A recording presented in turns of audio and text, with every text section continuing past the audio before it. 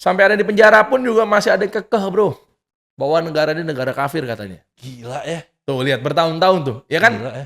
Kan gue bersyukur banget gue dikasih tau di depan. Nah, how to-nya gimana? Sama pakai pola yang tadi. Nih mereka masuknya, ini udah kebaca nih ya. Ini jurus dia nih. Lu kalau mau MLM ISIS, Bro, ini yang lagi nonton di kamera nih. Lu kalau mau MLM ISIS, lu rubah gaya lu, ketahuan udah ketaker, udah basi cara lu. Lewat apa coba? Lu nggak kuat, goyang, Bro. Bahkan datanya 80-90% orang pasti masuk. Jadi waktu itu kan memang gue putuskan adalah ketika gue tahu satu kuncian yang namanya takwa. Ini nyambung lagi nih, masih nyambung kok ini semuanya. Iya. Mau gue berbisnis, ujian di bisnis, ujian gue hijrah sekalipun, ujian gue di parenting apa segala macamnya, itu judulnya alhamdulillah gue berkali-kali bersyukur sama Allah, yaitu gue privilege-nya taunya di depan.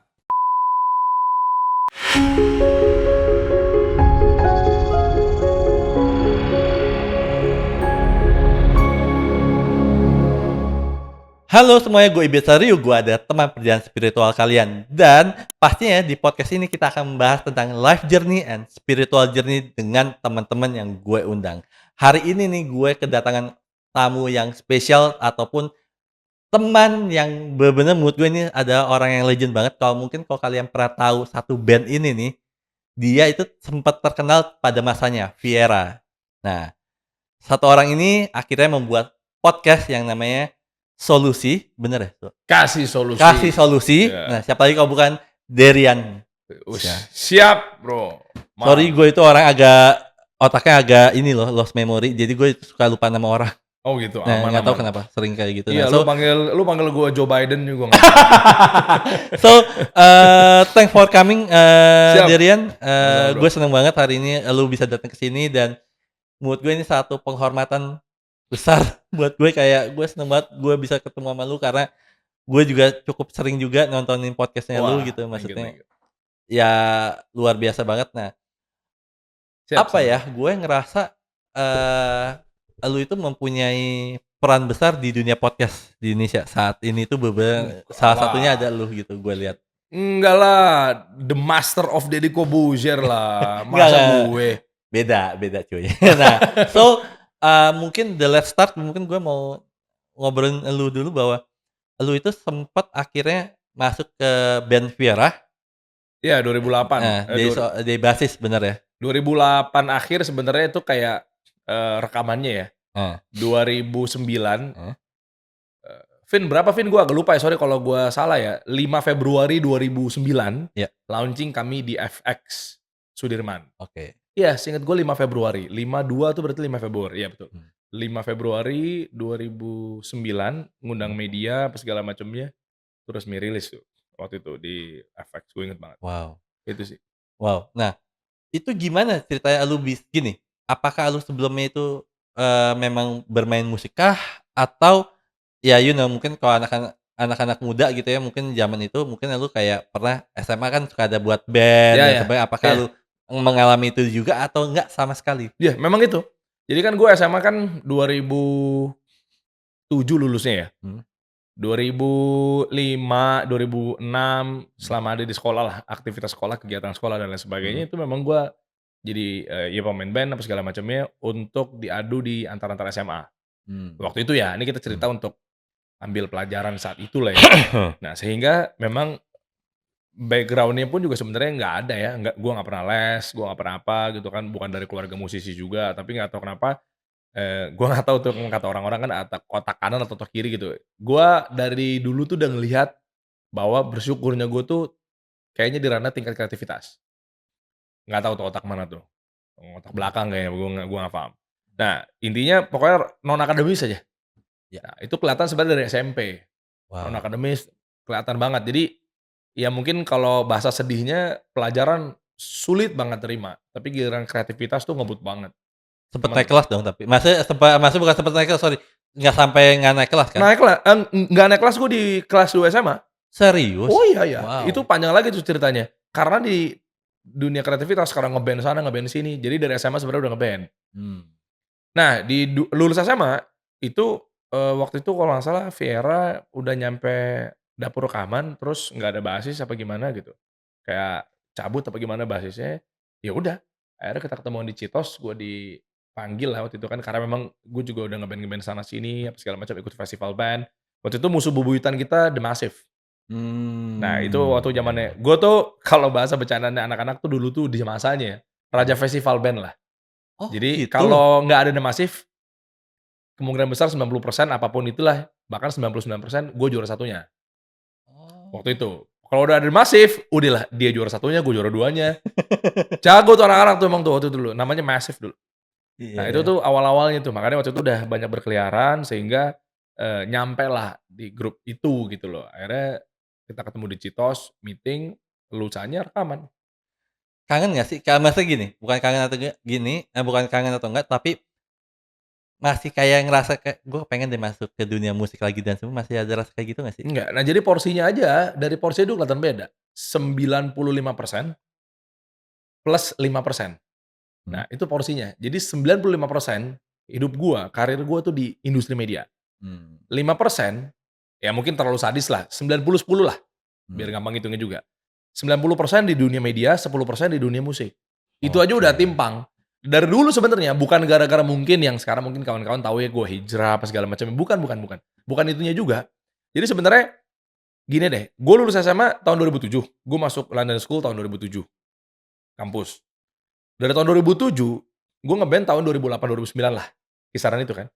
Habis itu 2010-nya sampai 2025 itu industri media. Jadi nggak ada urusannya juga sebenarnya dari perhijrahan sebetulnya. Kan ada yang ngomong kan gara-gara kan, "Wah lu gara-gara begini, gara-gara begitu, kacang lupa kulitnya, lu nggak nge-band Mhm. lagi, lu nggak kangen apa, apa segala macamnya." Di Omdet gue diundang tuh di Close the Door juga gitu, "Kenapa lu nggak nge-band lagi?" Gitu-gitu, bercanda-bercandaannya begitu. Bukan masalah apanya, bukan masalah hijrah juga gitu, sekarang juga apalagi udah hijrah ya udah total aja lah kasarnya. Tapi karena memang gue tuh udah ninggalin tuh dari 2010 sebetulnya, banyak yang nggak tahu. Mmm. Lah kan Vera di tahun itu. Iya, Iya kan? Nah, besar-besar porsi main cuma tahun itu sih. 10%, cuma 2 tahun gue nge-band secara serius. Berarti kalau 22 tahunnya, industri media. Kan simpelnya gitu. Oke, berarti sebenarnya lu passion dan cintanya di, dunia medianya, Yes, cuman tapi mau apapun itu is okay aja gitu? loh kan kita ketemu di tengah ketika Iya. gua udah pernah gue bahas juga kan, Kevin pernah gue undang di podcast juga. Gue di-cut lah, dikeluarin lah bahasa kasarnya Iya, begitu sama betul. Viera. Itu beririsan juga di tahun 2010 itu, eee, gua juga siaran radio, plus VJ MTV dibuka peluangnya. Mmm, Ya gue nge-VJ 2010. Jadi oke. kayak udah ketemu di tengah.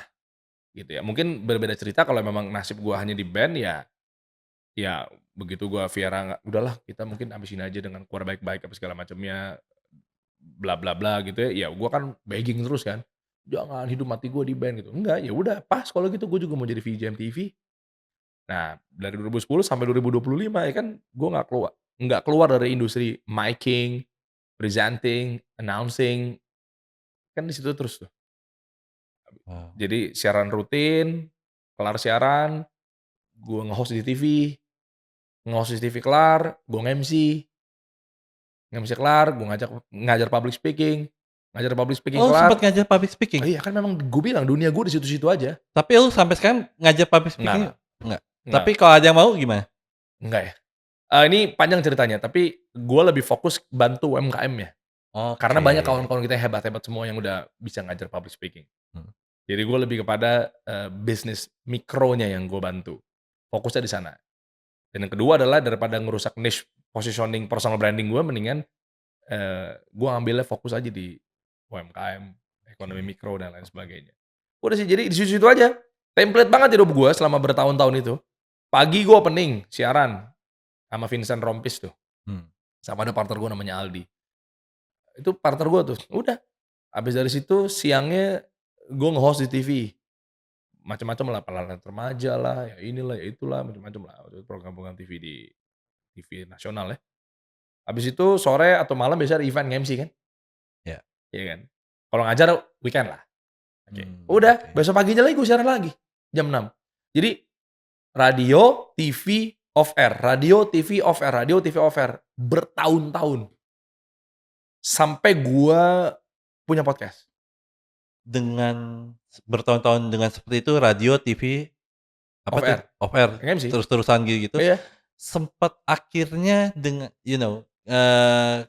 sempet nggak sih akhirnya lu ngerasa kehilangan diri lu sendiri ketika lu ngelakuin itu rutinitas itu terus-terusan gitu Oh maksudnya? ya, karena kan kayak semacam ada yang bilang robot, ada yang bilang bukan jadi diri lo Right, gitu kan. right, Ada yang bukan jadi diri lu terpaksa apa segala macam, iya. enggak ya. Oh gua nggak bilang terpaksa, Iya cuman iya, jadi kayak, enggak, apa ya, kayak maaf, kayak anak sapi yang ngebajak sawah doang, kambing gitu iya Mas, iya, enggak, karena keputusan gua ngambil kampus yang jurusan komunikasi massa, broadcasting, itu gua pribadi.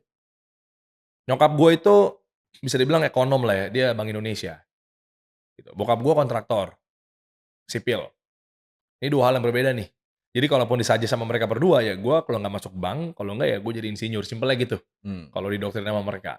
Nah, gua bener-bener pure, gue berani pastikan bukan pewaris, gue perintis. Gue doang pemutus generasi industri. Jadi keluarga gue tuh, keluarga nyokap gue tuh hampir semuanya tuh di Bank Indonesia atau mungkin di bank-bank lain.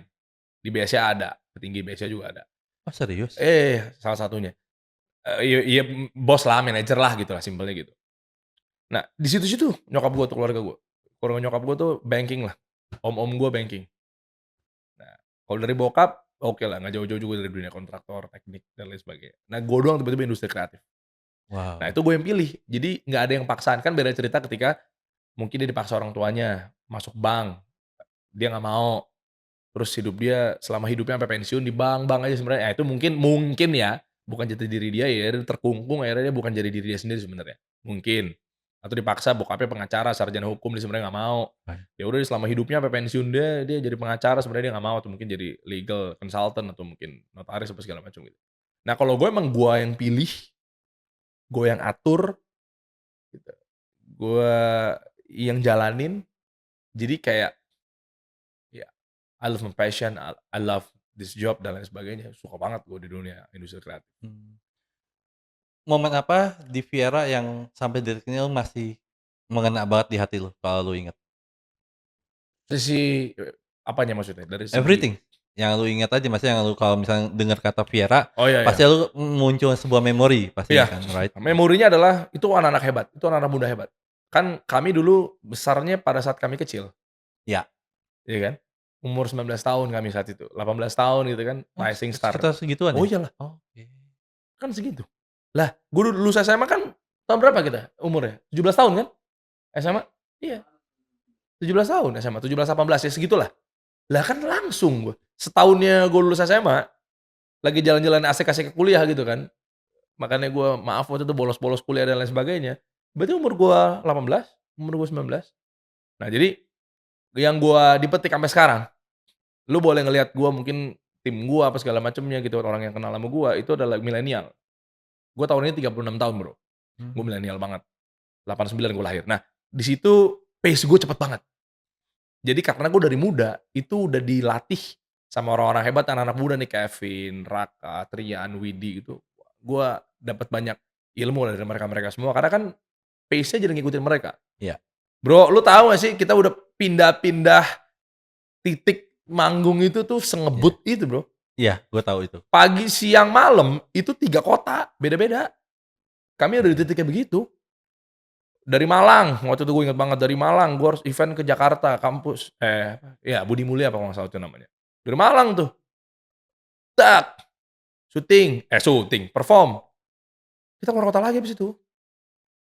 Nah justru pace-nya sengebut itu, udah nggak bisa lagi tuh lambat-lambat, satset. Nah itu yang gua tangkap dari, ini nggak harus Viera ya, ini siapapun yang memang karirnya tuh gua apresiasi juga buat yang mungkin artis dari muda. Raffi lu lihat, Iya, itu gila sih itu orang. bentukan-bentukan kecilnya dikasih pace cepat, gua nggak maksud anak-anak kecil yang nggak ngapa-ngapain terus akhirnya gedenya pace-nya lambat ya, gua nggak bilang begitu ya. Iya. Tapi kalau dari kecil, terserahlah mau itu dieksploitasi orang tuanya lah, terserahlah mau itu memang dia dari kecil memang hobi, kerja Atau gitu, passion-nya dia passion-nya gitu. dia apa segala macam ya terserah.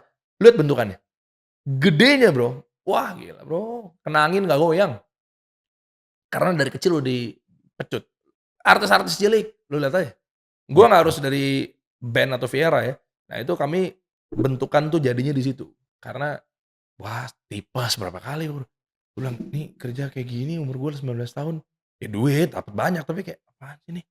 Kenapa gue baru mau rebahan bentar," gitu. "Besok standby ya, dahsyat ya, jam 9 live berarti jam 6 udah kita jemput ya, di base camp atau mungkin di rumah masing-masing." Kayak gitu, Bro. Oke lah, jalan.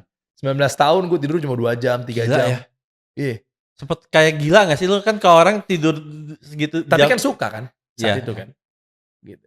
Nanti dari Dahsyat, The Rings, apa segala macamnya. Kadang yang acara pagi kan ada yang pagi banget, ada yang agak menjelang siang tuh. Iya. Gue lupa tuh ya, kalau nggak salah yang agak siangan yang The Rings apa Iya gimana gue iya lupa iya, itu ya. betul betul. Yang jam 9 ya. Gitu-gitulah. Pokoknya pagi banget atau mungkin mirip-mirip tapi nah gue misalnya pagi tuh, gue di yang TV yang mana, nanti bisa tuh ya live juga tapi yang di TV yang satu lagi, yang agak siangan. Gila. Itu belum over loh ya, abis dari situ over lagi ke sekolah, pensi. Jam 2 siang, habis jam 2 siang berangkat lagi ke bandara. Jadi bentukan-bentukan itu, makanya banyak yang heran. Gue punya tim sebelum videographer yang sekarang, sebelum Gen sekarang, ada lagi tuh. 2 hari apa 3 hari gitu. Dito apa dulu namanya siapa lupa gue. Tipes langsung, ikut Iya pace sih. gue. Sebelum Gen, sebelum yang tim gue yang sekarang, Heeh. itu ikut gue keluar kota, ikut gue apa segala macam ya. Dan ini alhamdulillah ini karena Allah ya, gue gak maksud gaya-gayaan apa sombong-sombongan ya. Gue gak pernah punya vitamin Bro, sampai detik ini. Ya drop mah drop, sakit mah sakit. Tapi gue gak pernah tahu gue pakai vitamin apa ya. Karena menurut gue mindset deh. Tapi jaga kewarasan lu itu gimana caranya dengan Mindset kondisi Bro. seperti itu?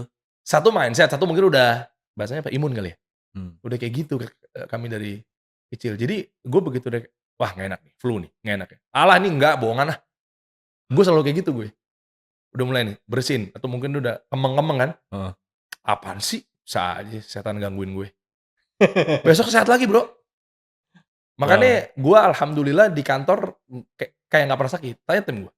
Makanya that's why akhirnya gue tahu kenapa lu bisa menjadi titik yang sekarang ya karena kerja keras lu luar biasa banget gitu maksudnya. Kayaknya itu. Nah, so today I want to get to know you better. Gue pengen mengenal lu Sure, there lebih you baik go. lagi. Eh, gue penasaran masa kecil lu seperti apa, lu dilahirkan di keluarga yang seperti apa dan sebagainya. Tapi sebelum itu semuanya, gue nggak tahu ya. Tapi koreksi gue kalau gue salah. Gue nggak tahu di umur berapa akhirnya lu di keluarga lu itu sempat punya masalah tentang finansial. Wah keren. Gue suka nih pembahasan. Oke. Nah, masalah kena finansial dan akhirnya yang paling terburuk itu terjadi yaitu ada lu dikejar-kejar debt collector dan Yes. terlibat dengan gue nggak tahu berapa banyak utangnya deh, lu Ya. bisa jelasin itu sendiri. Jadi gini Bro, ini terserah ya jangan dicontoh apa segala macamnya, dan disclaimer nggak ada maksud untuk ngutak-ngatik perannya Central Bank kita di Indonesia, BI saat itu. Jadi nyokap gue tuh di BI itu, dia kayak dapet orang-orang BI atau keluarga Bank Indonesia pasti tahu lah, kan gue kan P4 BI ya, Putra Putri Persatuan Bank Indonesia atau apalah gue lupa. Kan gue anak-anaknya kan dapet kayak organisasi itu kan. Dan jadi tahu banget lah, nyokap tuh per berapa tahun itu dapat kayak semacam privilege pinjaman. Iya. Ya, kayak misalnya masa tahunnya bapak-bapak, ibu-ibu maaf ya kalau emang ada yang di BI gue lupa dulu tuh. Kalau nggak salah yang angka-angka yang cantik tuh kayak per 5 tahun, per 10 tahun, per 15 tahun, per Iya, 20 tahun, iya, per iya. 25. Mungkin begitulah. Gampang banget dapat pinjaman-pinjaman. Iya. Nah, lu tahu kan pinjaman pasti bunga, Iya. pasti riba dan lain sebagainya. Iya. Nah, yang kayak begitu-begitu. Itu sebenarnya dari faktor yang pertama. Gue nggak lagi bahas tentang itunya sih. Kalau orang bisa manage, manage saja. Nah, masalahnya gaya hidupnya. Begitu dapat pinjaman sekian, pengajuan sekian, turun ratusan juta apa segala macamnya, belanja cicilan inilah kredit itulah, beli mobil kredit lah, beli ya kayak gitu yang punya masalah. Nah, besarnya tuh meluapnya tuh di situ. Permasalahan ekonominya. Crash-nya tuh bubble-nya tuh di situ. Gitu. Nah, sehingga di tahun gua lahir sampai 2006 anggaplah 2005 lah ya. Itu gue belum tahu. Taunya keluarga gue baik-baik aja. Gue nggak orang kaya enggak, tapi maksudnya beli apa aja bisa lah. Bercukupan lah. Iya iya. Iya gue bahas lah di sini lah, kan banyak kan orang, "Wah lu mah enak lu mah." Iya oke. Gue bukan orang miskin Iya, dulunya. Ada, karena kan ya bank juga, bokap gue juga kontraktor, garap apartemen, garap gedung, eee, alat-alat, batu bara apa segala macemnya gitu. Nah, itu tuh di bokap. Jadi kami mah happy-happy aja dulu. Sampai tahun 2005, 2006 lah. Gue taunya ya gue sehat-sehat aja, gue dikasih mobil SMA, mobil kesayangan yang waktu itu gue pengen, Evo Pokoknya 3, intinya lu taunya Evo 4, bersih aja gitu ya, tahu. nggak ada apa-apa. Nah, ada momen ketika mobil gue jadi dulu tuh kita tuh, keluarga tuh suka Mitsubishi lah. Unik lah keluarga gue, Mitsubishi banget pernah, terus BMW banget pernah. Itu satu keluarga begitu semua? Iya kayaknya. Jadi, Wow. kayak gue, nyokap, bokap gitu deh, itu udah Lancer Evo 3, Evo 4, gitu-gitulah. Nanti pas ada momen berbeda, BMW, Eropa banget, BMW banget. Nah, gue taunya tuh kita punya mobil, ya udah aman-aman aja. Okelah mungkin tahu sedengernya tentang nyicil, kredit, adalah, oh ya udahlah ya, Ya, nyicil kan tinggal bayar, orang nyokap gua, bokap gua juga ada betul. bulanan gaji juga gitu, apa Betul segala betul macamnya. betul. Nah, taunya adalah pas 2006-an apa segala macam, gua masih SMA, itu gua dijemput. Pas dijemput, tapi kok kondisinya tuh mobil udah mulai makin berkurang. Itu gua udah Mmm. mulai ngeh tuh, "Oh, kok ada yang dilepas ya? Oh, dijual kali ya? Oh, gini apa segala macamnya," gitu. Heeh. Biasa gua bawa mobil sendiri, terus tiba-tiba dijemput. Pada nggak percaya tuh teman-teman gua bilang, "Nggak tahu, dijual sama nyokap." "Ah, nggak mungkin loh, entar dijual beneran loh, hilang beneran lah mobilnya." Ya kan dulu kan kayak orang ada aja ada di sekolah lah ya. Iya Ya iya untuk iya. anak SMA bawa mobil Evo 3, Evo 4 ke Iya, sekolah kan iya. ya Pada masanya okelah itu gitu iya, ya pada heeh. masa itu ya. Meskipun di sekolah teman-teman gua ada yang bawa pintu 2 apa segala macam mobilnya gitu, beda cerita lah. Kayak begitu, tiba-tiba, "Deh, ini harus dijual apa segala macamnya, lepas ini apa segala macamnya," gitu kan. Gua belum tahu lah istilah ditarik leasing, belum tahu dulu. Ya udah jual-jual aja. Tiba-tiba, ya udah ya terus aku maksudnya naik apa gitu. Ya kan entar dijemput aja kita bareng-bareng aja. Nah, di situ malah berasa tuh ketika satu mobil rame-rame, samome, Wow, suatu mobil rame-rame. udah Jadi kayak akuarium tuh. iya, jadi bokap, kan aktif semua berempat kan gue berdua bersaudara, berempat. Bokap, nyokap, gua sama adik gua. Bokap yang bawa, antar adik gua di SMA SMP 13 Tirtayasa, antar gua di SMA 82, antar nyokap ke BI, baru bokap kerja. Dan itu setahun 2 tahun, setahun lah sebenarnya. Sebenarnya 2006, 2007 pas gue lulus ya setahunan lah. Nah, cuma kalau praktek untuk riba dan lain sebagainya nyicilnya mungkin nyokap gue dari 2003, 2004 gitu kali mungkin ya. Gue tahu tentang nyicil apa segala macam, cuma gue nggak tahu tentang hukum ribanya, tapi yang penting gue tahu lah, oke ini ada budaya nyicil, keluarga kami ada budaya kredit apa segala macam. Anyway begitu akhirnya 2006 ya 2005 akhir, 2006 gitu, setahun 2 tahunan itu dijemput. Pulangnya itu satu mobil. Caranya begitu terus waktu itu, setiap hari. Berarti kan kalau berangkat satu-satu, pulang satu-satu. Wah, Pulang bokap gua jemput nyokap, sorry, bokap gua jemput adik gua, apa gimana waktu itu jemput nyokap, baru jemput gua, karena gua nongkrong dulu apa segala macem kan sorean kan, atau dibalik-balik lah pokoknya gitulah. Intinya kita ngumpul lah di dalam, satu mobil. Kalau adik gua pulang cepet, dia balik sendiri, misalnya naik bis, naik angkot apa segala macamnya. Nah, di situlah baru gua tahu. Ada satu rutinitas yang akhirnya mengejutkan, mayoritas lah, bahkan hampir tiap hari, sebelum kami pulang, sampai matahari terbenam, bokap gua tuh bawa mobilnya itu selalu di bawah pohon rindang, tempatnya gua masih hafal sampai sekarang. Karena gua pernah latihan di studio itu. Itu sebenarnya parkiran studio band lah, di Hang Jebat. oke. Hang Jebat nomor 1 apa nomor berapa gitu, pokoknya dia di Tusuk Sate lah, pertigaan. Heeh, Kesananya Pati Unus, deket Mustopo juga. iya. Gua masih hafal banget, gitu. Dekat belakang RSPP. Pertigaan gitu, di bawah pohon besar. Karena gue dulu sering latihan band di situ kan, jadi nggak tahu bokap gue nemu spot di situ aja kayaknya aman di situ. Di bawah pohon besar apa segala macamnya, parkirannya bisa umum juga gitu ya. Diem di situ, Bro, sampai maghrib kurang lebih. Itu hampir tiap hari. Jadi diem doang udah, diem, nunggu-nunggu momen, pulang. Diem, nunggu-nunggu momen, Lu pulang. nggak sempet kayak ini, apa ya namanya, sempet kayak mempertanyakan, "Ini kenapa nih?" Gitu ke bokap atau nyokap lu? Iya dulu kan, iya gue cuma main game aja di handphone, handphone Engage tau nggak sih lu zaman Oh, dulu? iya iya iya iya, tahu. Anjing, ketahuan banget kita usia berapa, tahun berapa. Nokia Engage, Bro. Iya iya iya Zaman iya. game sih tahu masalah Engage, Iya iya iya. cuman gua udah Engage duluan, Bro. Iya iya iya iya iya, Tahu nggak sih betul lu yang betul. megang begini? Iya iya, tahu tahu tahu. Atau enggak 3650 yang keypad-nya muter gitu ya? Iya iya iya, Ya gue tahu udah gue. main-main game-game begitu aja gua. Wah, Game-game, kan gua nggak ngeh awal-awal kan, atau Nokia 3300 yang ada music player-nya apa segala. Ya berasa sih pas harus seminggu, 2 minggu itu berasa tuh. kenapa nih Oh, kok kenapa nunggu sih? begini mulu? Kenapa nunggu ini? Gue pikir mungkin bokap nunggu sesuatu, ya namanya anak kan nggak mikir apa-apa kan. Nunggu lagi nih, lama nih, atau mungkin dulu mikirnya gue dulu, oh ya gue dulu ngiranya nyokap ada urusan bentar, ya kan. Oh kok di sini sih? Oh mungkin ada temennya, gitu-gitu aja dulu. Akhirnya gue mulai nanya tuh pelan-pelan, kenapa kesini mulu apa segala macam ya. Nah, pas nanyanya ketika ada perdebatan, ada amarah, aku telepon, nah itu baru gue tanya, "Kayak ada sesuatu nih." Ngomel-ngomel, "Kenapa, Mah?" Nah, ternyata maksudnya keluarga kami itu stay dulu sampai matahari terbenam, ngumpet dulu dalam artian Iya. gitu, ternyata di rumah gue tuh ada debt collector, Bro. Wow. Hampir tiap hari, Bro, diteror. Itu, ternyata membludak. Gue baru tahu utangnya nyokap gua itu, wow, lebih ke nyokap ya. Karena bokap tuh setahu gua, nggak maksud membeda-bedakan ya, tapi ini buat Iya. bahan edukasi aja dan pelajaran aja buat kita semua.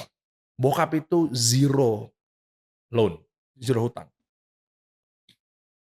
Sebenarnya kalau dipikir-pikir buat ambil pelajaran nih ya, agak lucu. Yang orang banking siapa, yang bukan orang banking siapa. Iya. Yang orang banking tapi ternyata, eee, kurang ilmu risk management tentang Heeh keuangan, heeh. tapi yang bukan orang banking juga jago banget tentang manage keuangan. Nah, ini pelajaran penting buat teman-teman semua. Sorry gue potong. Selisih bokap sama nyokap tuh umurnya beda 2 berapa? tahun. Nyokap gua Oh. kelahiran 60, bokap gua kelahiran 58. Oh, Ya, iya iya. ya 60-an kali umurnya sekarang berarti kan. Mereka masih ada, alhamdulillah dua-duanya masih gua dikasih kesempatan untuk merawat mereka. Nah, itu Bro. Jadi bokap gua tuh manusia yang nggak pernah punya utang di muka bumi. Nikah sama nyokap, Berasa di hidupnya situ, berubah. berubah. Wow. Jadi waktu itu dari nyokap. Jadi makanya gue bilang industri banking tuh, yang tadinya mungkin gue juga nggak mau, alergi, tapi begitu makin tahu gue akhirnya makin sangat menjauh dari dunia banking. Meskipun sekarang gue udah akhirnya ngedalamin dunia banking ya, Mhm. dari sisi ekonomi, suku bunga, itu kan harus gue pelajarin karena kan Pasti, kebutuhan buat, ya my business apa segala macam kan. Itu gue pelajarin lah, pergerakan, volatilitas apa segala macamnya itu kan kita harus pelajarin. Anyway begitu, tapi bukan praktisi yang memang gua ada di dunia banking-nya, gitu. Ya gue investment, tapi untuk ilmunya aja yang gue pelajari tentang banking. wow. Kan akan ngaruh kan, market turun 6% kemarin, itu kan juga kan gue harus pelajarin di Wow. indeks. Nah, sorry, gue mau mengkonfirmasi lagi. Di saat itu, kabur-kaburan itu usia lu berapa ya? SMA aja, SMA kelas SMA? 2 kelas 3 tuh. Kan gue nggak naik setahun juga sih sebenarnya. Oh. Jadi makanya maksud gue tadi gue 2 tahun di perhelatan itu ya umur-umur gue 16 tahun gitu. Nah, dengan usia lu 16 tahun, dengan, tragedi di keluarga lu seperti itu, membuat lu menjadi anak yang seperti apa? Gue jadi tahu sepentingnya itu nyari uang untuk bantu ekonomi keluarga. Ya alhamdulillah waktu itu ujian itu datang, gue jadi early, tahunya lebih cepat. Jadi bukan yang kayak tahu orang tuanya punya, berada, minimal cukup lah ya. Ya. Terus habis itu ya udah santai aja, bokap gue masih nanggung gue kok. Gue Nah, belum nikah juga santai aja, tinggal minta kok, santai aja, nah itu. Jadi pukulan beratnya waktu itu berasanya di situ. Jadi gue jadi lebih tahu, eee, oh berarti gue harus punya uang nih, untuk bantu. Karena kan waktu itu yang bantu siapa lagi? Ya proyeknya bokap salah satunya, waktu itu kan bokap ke daerah Wahau, ke daerah Kalimantan, apa segala macam buat alat-alat berat, apa namanya, makanya gue sempet, tahu sedikit lah tentang alat-alat berat batu bara apa segala macam ya. Itu gue sempet tahu lah. Nah maksudnya, kayak begitu-begitu kan ya paling bantu ya, tapi kan lebih dari itu hutangnya Bro. betul. Oh iyalah, hutangnya sadis waktu itu. Lama aku baru nutup, belum ngomong kartu kredit. Boleh tahu nggak, mau jawab boleh nggak apa-apa ya, it's okay. Waktu itu utangnya sampai berapa ya? Gue sebenarnya waktu itu jujur ya, gue mau jawab-jawab aja, gue di hidup gue nggak ada sensor lah hidup gue. Tapi maksudnya, gue lupa terus terang. Iya pasti ratusan juta atau mungkin miliaran kali ya. Wah gila, serius? Iya ya. Lah iyalah Bro, lah kan pinjamannya aja 100 juta. Lah itu kan utang sebetulnya. Lah kan kalau di bank-bank besar, itu dapat privilege jabatan-jabatan tertentu, itu bisa dapat pinjaman-pinjaman kayak begitu Bro. Iya iya, gue tahu gue tahu. Pensiunan mungkin 1 miliar misalnya Iya, gitu. heeh, Misal pesangon apalah gue lupa lah istilahnya. heeh. Kayak begitu-begitu kan. Atau tergantung golongannya sih memang, ada yang 800 juta, 500 juta gitu. Betul betul. Tapi pinjaman aja ada yang gua rasa bukan kayaknya nggak mungkin 10 juta, 20 juta deh pinjaman. 50 juta, 100 juta, belum yang udah 20 tahun. Make sense kalau antara 50 juta atau 100 juta sih make sense kalau bisa dapet, apa, bunga segede itu sih make Lah sense. iyalah, lah lu pinjam 100, masa lu balikin 100? Iya sih. Terus bergulung kan? Lu pinjam 100 balikinnya berapa? 300 ya, terus nggak bisa bayar. Belum yang diputer-puter. Iya kan dari situ juga pasti kan, dapat 100, balikinnya 200, 300, oke udah deh, beliin mobil. Berarti kan ribanya 2, bunganya 2, dari pinjaman, si peminjam, dari leasing. Itu udah 2 tuh jadinya, jadi beranak uangnya. Lah iyalah, masa ada yang ngasih pinjem, ya udah berapa, 100 juta, ya udah, jangan bikin beban gua dong, kan leasing udah ngasih gua bunga. Lah urusan elu yang mau beli mobil elu, kata si peminjam, gimana? Tetep, itu 1, 2. Lah kalau ada yang ke rumah, Nah, kalau ada nggak kartu kebayang kredit, saat itu segila apa, Bro, sestres apa. Bro, Wow. dari si peminjam Eh, ada bunga, eh, dari mobil leasing ada bunga, eh. dari kartu kredit ada bunga.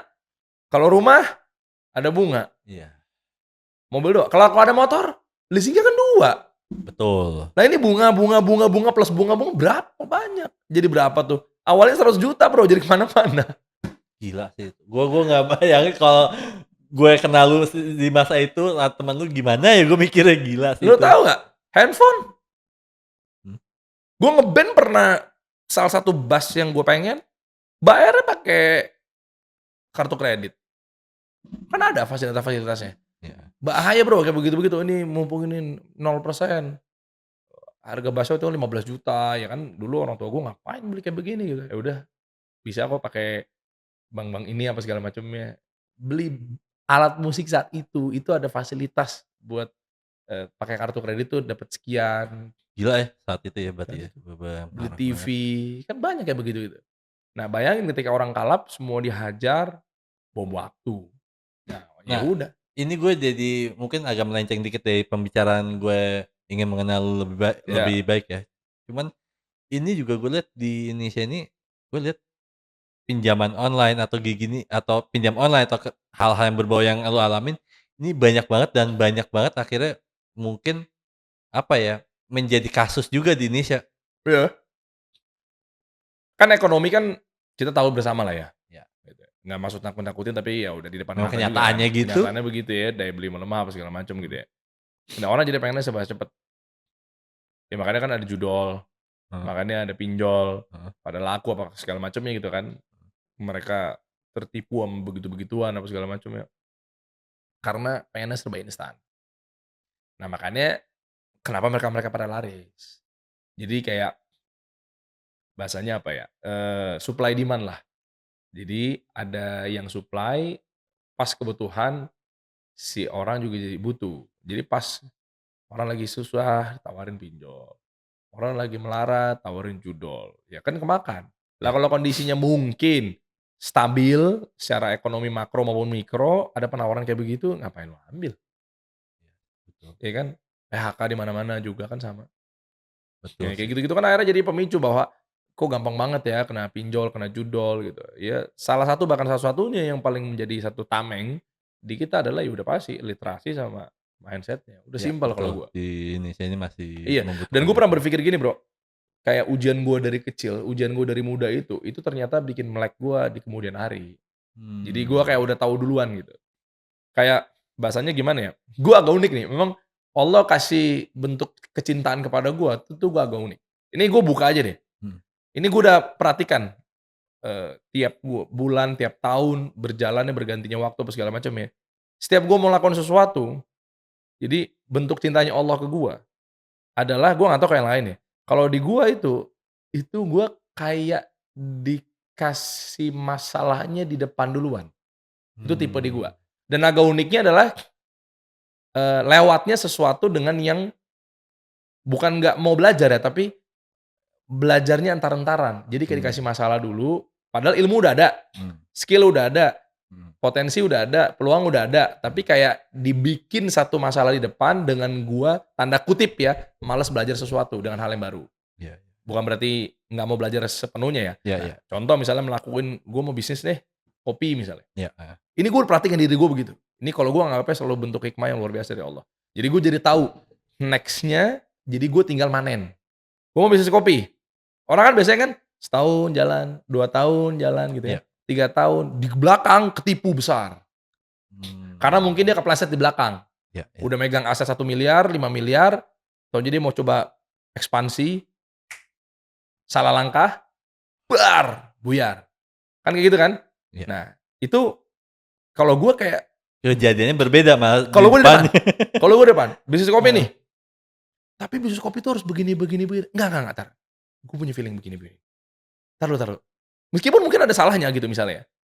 Ada hal-hal tertentu yang baru lah, bukan yang fundamental bisnis ya, kalau fundamental bisnis kan kita insya Allah udah punya, tapi kayak ada hal apapun itulah bentuknya, mungkin cara ngesangrai biji kopinya lah, apa segala macamnya, kayaknya pakai ini aja nih, udah, boncos, 100 juta misalnya. Itu langsung di 3 hari pertama bisa Bro, gue tuh selalu gituin, gue selalu pakai lah. Wah, terus gue kadang suka lucu, Der, bukannya template hidup lu begini Der, iya juga ya, tapi emang mungkin cara Allah begini kali ya. Nah, habis dari situ gue bebenah. Iya bener lagi kata si ini, bener lagi kata si ini. Bener kali ya, roasting-nya nggak kayak begini, bener. Gue kumpulin, sisanya gue tinggal manen. Jadi profit langsung ke belakang. Simpel deh di era sekarang nih ya, ini gue kasih tau aja, gue pemain baru di Bitcoin. Ini gue buka aja di sini nih. Gue pemain baru setelah disahin legalitasnya sama pemerintah. Jadi dulu gue mungkin salah satu orang yang bilang Bitcoin is scam. Ya. Karena gue apapun ideologi gue taat sama pemerintah. Karena belum terdaftar resmi, belum Betul. terizin resmi di OJK Betul. Bapepti. Per 10 Januari kalau nggak salah ya, per 10 Januari 2025 itu udah resmi itu di Bapepti apa segala macamnya. Jadi gue bilang gue tahun inilah masuk di Bitcoin. Iya betul, gue telat. Nah, sebagian aset gue total. Padahal gue udah tahu, belajar dulu. Kan ada komunitas banyak, santai. Cara begini, gini. Oh, Tapi langsung terjun payung gitu. Ya, gue langsung gas. Gue pindahin sebagian aset gue, jebret. Gede banget bro nilai. Hasil Boncos. Ratusan juta gue hilang. ratusan juta. Iya. Baru Gila. abis itu gue pelajarin. Oh, spot begini. Future begini. Volatile begini. Oh, ini begini. Oh, ada EMA 7, EMA 14, EMA 28. Itu belakangan. Oh, begini. Tapi inget ya, bukan bego gue secara tolol di depan ya. Gue pelajarin, tapi nah ini makanya balik lagi. Mungkin bentuk cara Allah tuh sayang sama gue tuh begitu. Udah kan? Ini template hidup gue tuh begini nih, pokoknya. Udah nih, ini belum pernah gue buka di mana-mana. Pertama kali gue buka di sini. Sudah kan boncos tuh, ratusan juta. Habis bro, udah. Masih ada sisa kan? Ingat ya, aset yang dingin ya, uang yang dingin ya, yang nggak kepake. Ini gue nggak nyontoin lo tuh asal-asalan cara main. Buat nyimpen uang di emas digital, buat investasi lah. Bener, waktu itu kan Andrew kan pernah ngomong kan di podcast gue kan, Andrew. Pokoknya tentang yang uang dingin, yang uang yang nggak kepake apa segala macamnya gitu-gitu. Nah ini uang gue. Ya uang lebih yang nggak tahu mau diapain lah, simpelnya gitu. Dan terus tiba-tiba, oh gue baru tahu begini. Oh baru tahu istilah bullish, bearish. Belakangan bro, habis gue habis ratusan juta. Oh begini ya? Oh baca news dulu ya? Oh gue pikir The Fed ini, Powell ini tuh maksudnya gue untuk baca di saham ekonomi makro aja ya, ternyata per kriptoan tuh juga kepake. Baru tahu gue. Atau gitu gue baca Bloomberg dulu sebelum gue buy, sebelum gue sell gitu kan, simpelnya kan. Udah. Oke siap. Pelajarin set. Itu dalam waktu 2 hari 3 hari bro, gue boncos. Langsung gue all in. Udah kan. Dari situ titik itu, alhamdulillah atas izin Allah. Sampai detik ini, panen gue bro. Serius. Template hidup gue begitu. Dan panennya itu Nah sudah akhirnya apa coba? menutupi. Hati-hati gue. Jadi gue tuh kayak secara kesimpulan gini. Oh berarti gue kalau untuk mainin order value margin sekian dari modal. Simpelnya gini deh. Aset gue 1 miliar. Tadinya gue putar aja 1 miliarnya. Santai aja bro. Hilang langsung kan. Kalau apa namanya, lawan arah lah, ya kan, breakout apa segala macamnya. Lawan arah, misalnya gue pasangnya, gue lagi beli, taunya dia pada ngejual gitu misalnya, simpelnya gitu ya lawan arah. Oh, berarti cuma boleh 5% doang ya? Oh, berarti cuma boleh segini doang ini mainin ya? Buat di investment, buat dibeli emas gitu ya. Jadi bukan berarti gue punya 1 miliar, gue beli emas aja 1 miliar. Ya udah kan katanya nahan inflasi. Ya.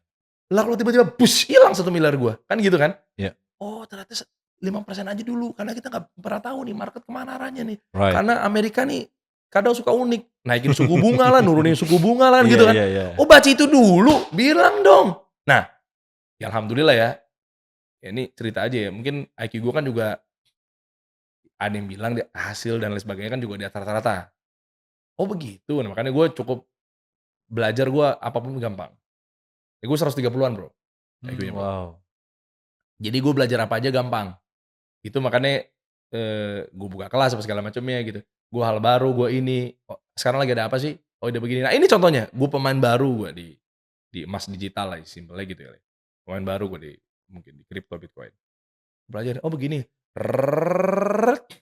ya udah, this is my portfolio, selesai. Oh Wow. begitu, oke. Gue punya kayak begitu gitu. Nah makanya apa kesimpulannya, berarti Allah ketika ngasih hidup gua, ketika gue punya 1 miliar misalnya, dengan cara yang, belajar dulu hati-hati, apa ini, lambat kan naiknya kan? Naiknya lambat nih, kapan kayanya nih, mungkin gitu kali ya.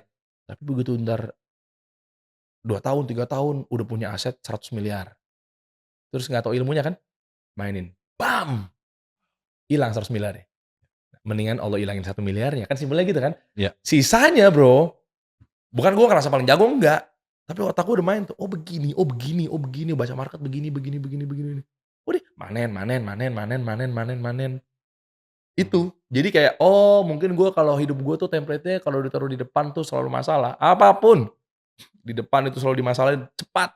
Dalam waktu mungkin launching sekarang, besok pasti dikasih masalah. Nah kayak gue tuh nggak tahu, kalau ada yang tahu tuh coba komen di bawah deh, gue nggak ngerti itu maksudnya gimana. Ini udah rahasia Allah, gue nggak perlu pertanyakan, gue nggak pernah nanya urusan Allah udah. Tapi hal ini justru kalau gue ngelihatnya, lu itu kayak diberkati sama Allah atau diberikan gift sama Allah Amin. untuk, apa ya, mendapatkan intuisi. Iya, jadi Nah tahu di itu depan. menurut gue Jadi keren ketika itu. iya bener. Jadi ketika kalau gue bahasa gue ya, ketika gue dikasih kesempatan lebih besar, itu gue hasilnya cuannya jadi juga lebih efektif. Ya. Kalau gue poinnya begitu. Kayak misalnya sekarang ada aset, contoh doang nih, contoh nih, Hmm. 100 miliar misalnya. Contoh aja nih ya, 100 miliar.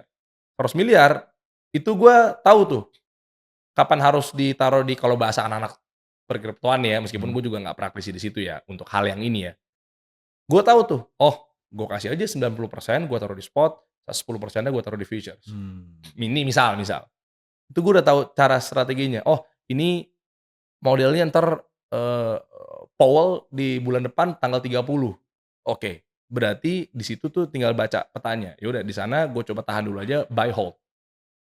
Kalau kemarin kan tiap hari kalau bisa katanya tiap hari ada cuan nih, ya udah, trek, kok boncos hilang, trek, oh nggak kayak gitu ternyata. Nah, kayak gitunya Bro. Ketimbang daripada gua taunya di akhir, woi 109 nih, oke, all in. Besok pengumuman suku bunga, gas, hilang. Salah baca arah market. Kan lebih parah. Iya betul. Itu terjadi. Bahkan nggak cuma di situ Bro, ini ekonomi ya, keluarga juga begitu. Life, love, kayak begitu. Itu siapa yang keluarganya nggak punya masalah? Pasti semua punya masalah. Betul. Tapi adalah satu masalah di keluarga gua, di gua, istri gua, anak gua dan lain sebagainya. Itu, gua lakukan lah keputusan yang salah sebagai seorang ayah gitu lah, bapak, apapun itu bentuknya. Mhm. Ya mungkin gua nggak bisa cerita, gua lakukan keputusan yang salah. Efeknya jadinya kan istri gua jadi mungkin korbannya, anak gua jadi korbannya, apapun itu bentuknya. Itu di awal Bro. Jadi setiap gua ada melakukan sesuatu, early, hal baru, gua nggak bisa cerita apa, Secara detail. kasusnya lah ya, Heeh. gas. Tapi gue sebenarnya kayak udah diingetin, "Enggak, template hidup lu nggak kayak gitu Dery, template lu nggak gitu, coba lu dalemin dulu." Ah, nggak lama, tuh. Ya mungkin ada egonya juga, jangan contoh Pasti ya, pasti. iya kan? Masalah. Akhirnya apa Bro, gue 8 tahun ya nikah ya, itu kan awal-awal tuh, pas ibaratnya tahun kedua atau tahun ketiga, ke-8-nya, Mhm.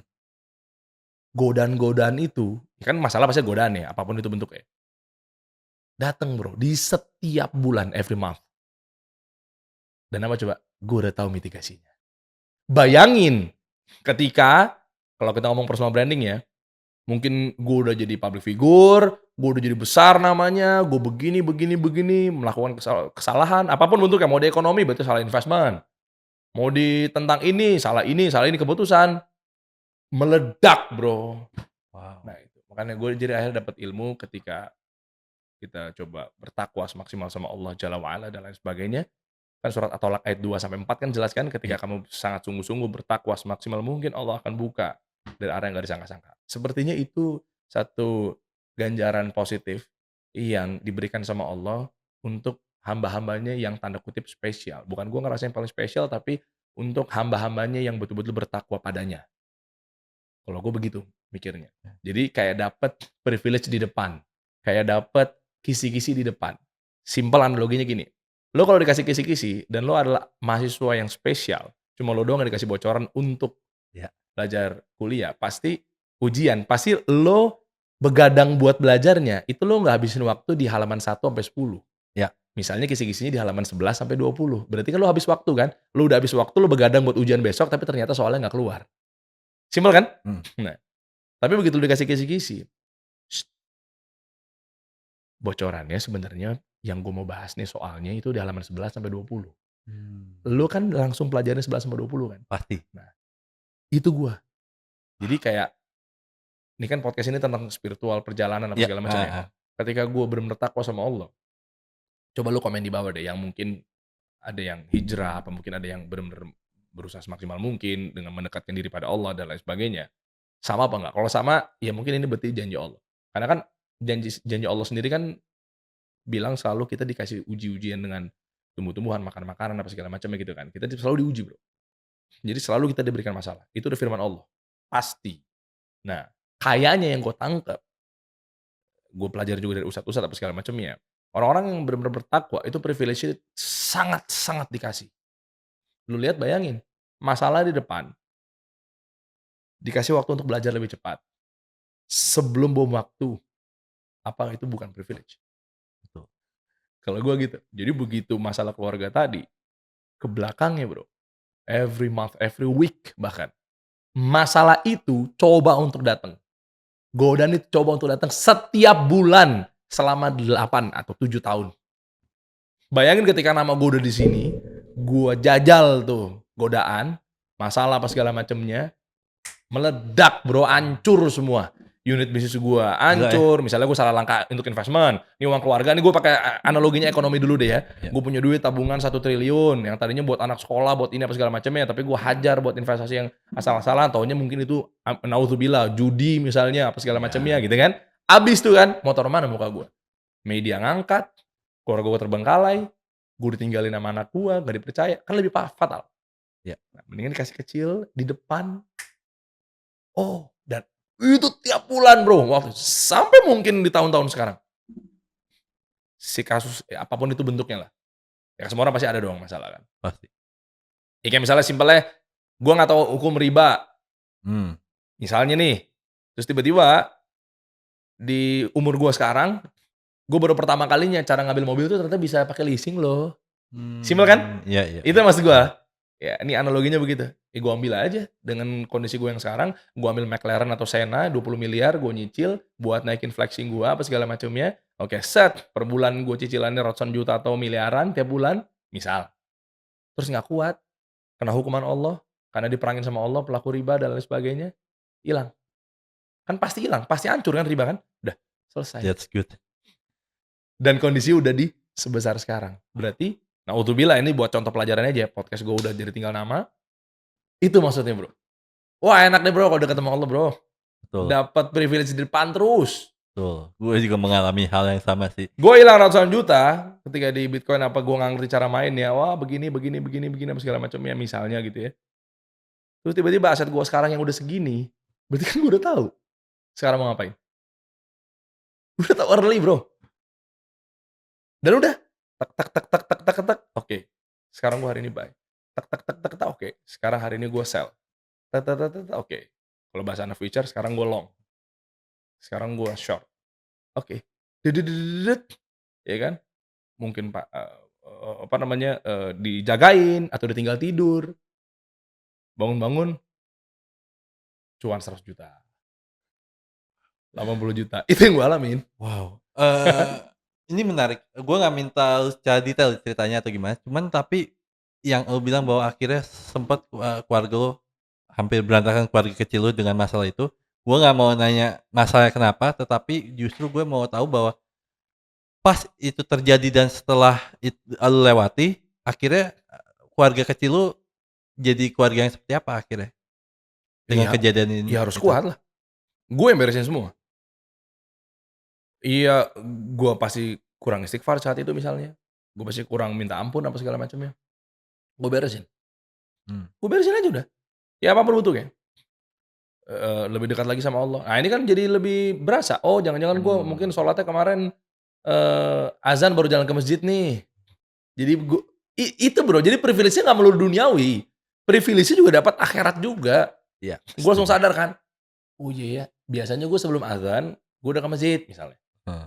Tapi sekarang, dekat masjid apa, rumah gue dekat masjid ini misal, Mhm. pas udah iqomah baru gue jalan. Kan beda Bro, shaf paling pertama lu kan juga tahu pasti Oh ya, kan? iya, gua tahu, paham. Lu yang sekarang, Iya iya, oke. bukan pas lu jadi Iya ateis, iya iya iya iya. yang gue tahu, ya nggak? Jadi pas, sholat di shaf pertama sama di akhir kan beda. Betul, feel-nya beda, semua atmosfernya beda, Iya, vibrasinya juga berbeda. semua lah kan niatannya kan diukur semua, oh jangan-jangan cuma menggugurkan kewajiban doang kali nih. Nah gue jadi refleksi tuh, oh iya, karena mungkin berantakan kali sholat gue ya, dekat lagi sama Allah.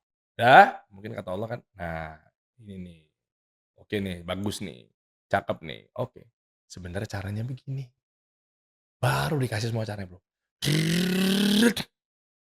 Gue curhat lagi, ya Allah ternyata begini cara mainnya, apapun gamenya ya. Oalah. Terus tapi tetep nggak boleh menyesali Bro, takdir. Ada Pasti. takdir baik, takdir buruk kan gue bilang, "Oh makanya kemarin aku nggak mau belajarin ini ya Allah dengan ngeyelnya aku tuh karena Engkau mau kasih tahu ini ternyata." Oke.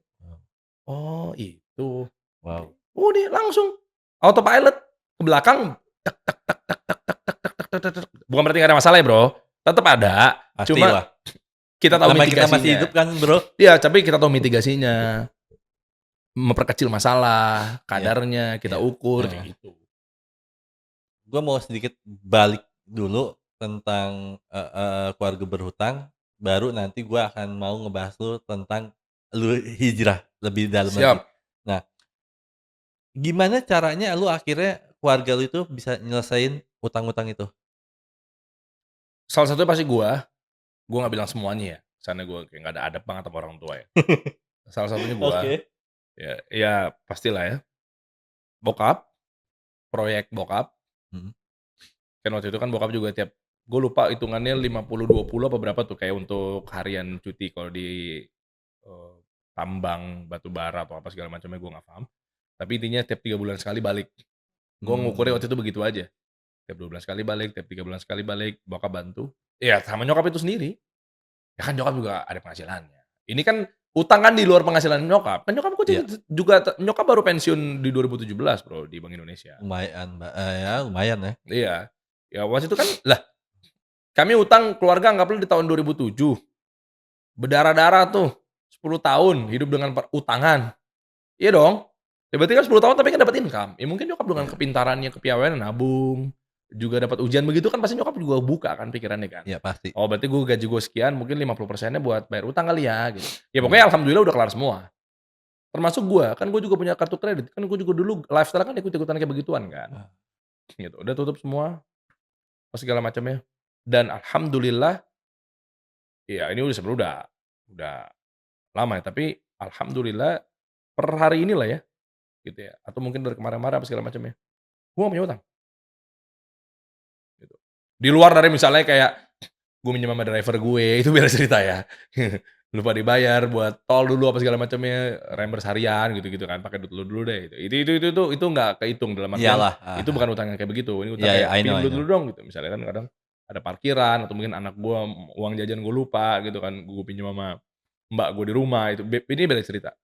Ya itu paling angka-angka 50.000 gitu-gitu. Tapi bukan yang itunya, tapi lebih kepada kayak utang itu, lu boleh cek. Wah Bro, enak banget Bro hidup nggak ada utang Bro, dan gua mindset-nya cash. Kayak gitu. Nah, jadi artinya ngebenahin kayak begitu-begitu waktu itu pelan-pelan.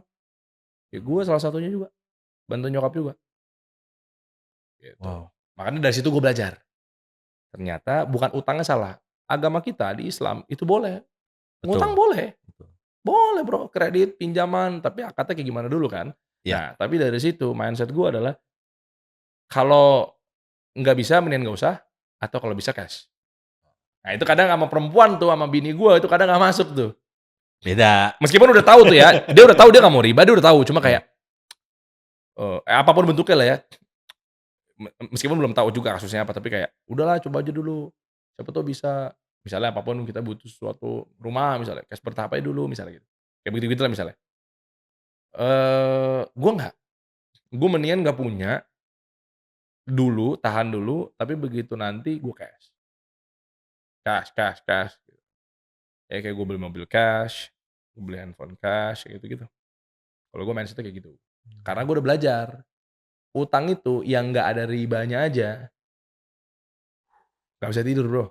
Pasti, Nah, pasti, pasti. apalagi yang ada ribanya. Iya. Nah, di situ gue belajar bahwa Ya namanya utang mah pasti bikin kita nggak bisa iyalah, tidur sih. Oh kalau ya gue gitu. benar, ada riba nggak ada riba, tapi nggak bisa tidur gitu masih Iya, kalau kepikiran. gue gitu. Kayak simpel nih, anak gue kan 4, baru lahir lagi 1. Oh, oke, baru tahun ini? Iya, baru umurnya baru setahun lah, Oh, gitu. Nah, terus yang keempat nih baru yang cewek, tahun kemarin. ya kan 3 cowok, terakhir 1 cewek. Nah, otomatis kan gue harus mikirin mobil lagi, Iya. simpel.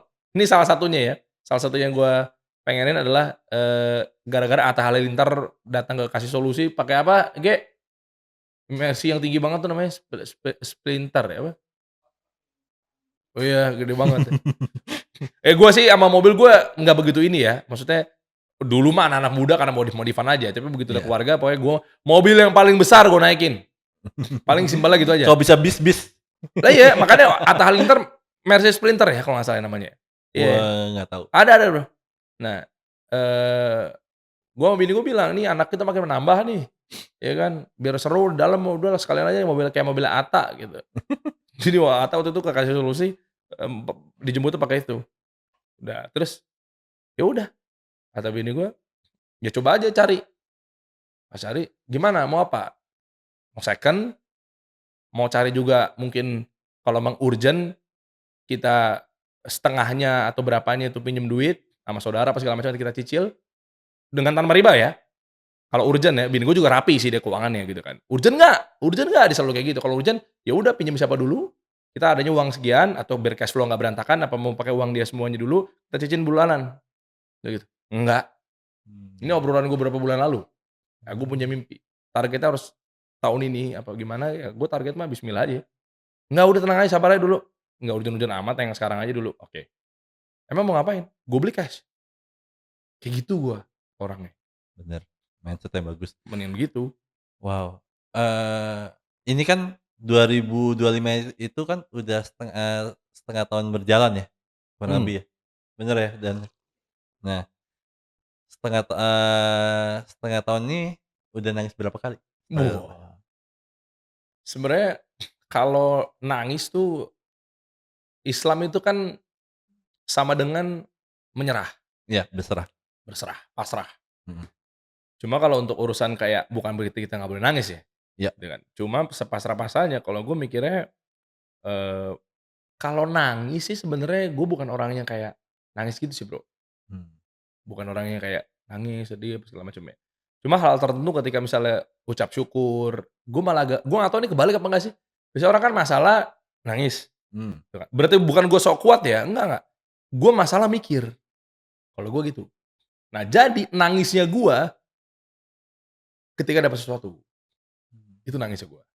Gue nggak tahu ini hal yang nggak lumrah apa gimana. Berarti nangisnya lu itu ketika Allah memberikan lu message, seperti itu? Apapun, Wow, itu nangisnya gue. Jadi, that's ya good. tim gue tahulah, tim gue tahu, semuanya tahu gitu kan. Ya ini bukan gue yang ngomong, tapi mungkin jawaban-jawaban yang beredar gitu ya, kayak gue pekerja keras apa segala macamnya gitu kan. Gue nggak pernah tahu apa itu libur gitu-gitu. Nah kayak gitu-gitu, jadi masalah pasti ada masalah.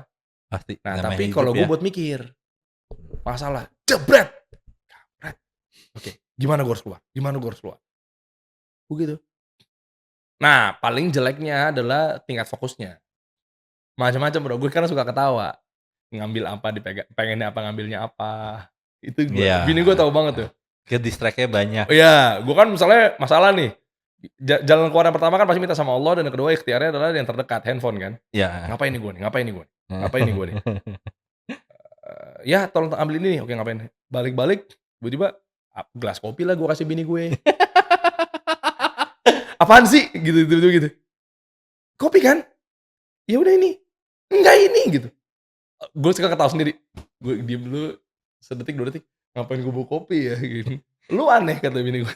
Ya udah. Itu kejadian Sering bro. Lah emang masalah kan kalau banyak. itu malah justru istri gue yang kayak gitu ke gue. Oh gitu ya? Iya, aneh gitu tiba-tiba gue minta minum, udah ngambil air, abis tiba-tiba dia nonton TV minum. Terus gue liatin, bukan tadi gue minta air, astagfirullahaladzim gitu panik. Nah istri lu suruh belajar sama bini gue yang rapi. Wah kita kamar bareng lah. Boleh lah. Jadi gue kalau ada masalah, bini gue kalau ada masalah langsung pengen solusi. Makanya channel gue kasih solusi gitu ya. Iya. Nah kalau bini gue mungkin perempuan kali ya, dan introvert pula gitu. Kalau ada masalah dia tenang, masih bisa mikir. Nah gue nggak bisa tuh. Gue jebret, ngapain nih gue? Ya kok tuh loss kemarin kan? Ya di kripto apa segala macamnya. Jebret, ngapain nih gue nih sekarang nih? Oke, gue ngapain? Oke, ChatGPT. Terdekat gue itu dulu kan zaman sekarang kan. Gue nanya, kenapa gue bisa loss? Kenapa gue begini? Kenapa gue begini gitu kan. Padahal gue udah beli di waktu yang cakep misalnya. Ini kita ngomong yang buy hold ya gitu kan. Kenapa gue pas beli taunya market lagi ancur-ancuran. Ya, terus tabungan gue, duit dingin gue tinggal sekian. Masa gue putar lagi dari situ? Nah, itu kan definisi loss gue lah. Gitu kan? Ya, masa gue masukin lagi? Ya kan atau nggak nunggu lagi? Itu kalau naik lagi Bitcoin-nya. Kesimpelnya gitu. Lah kalau tiba-tiba naiknya masih pas gue kena halving misalnya naiknya masih 3 tahun lagi, ya berarti kan turun terus. Ya kan gue gak punya uang. Nah, itu definisi gue.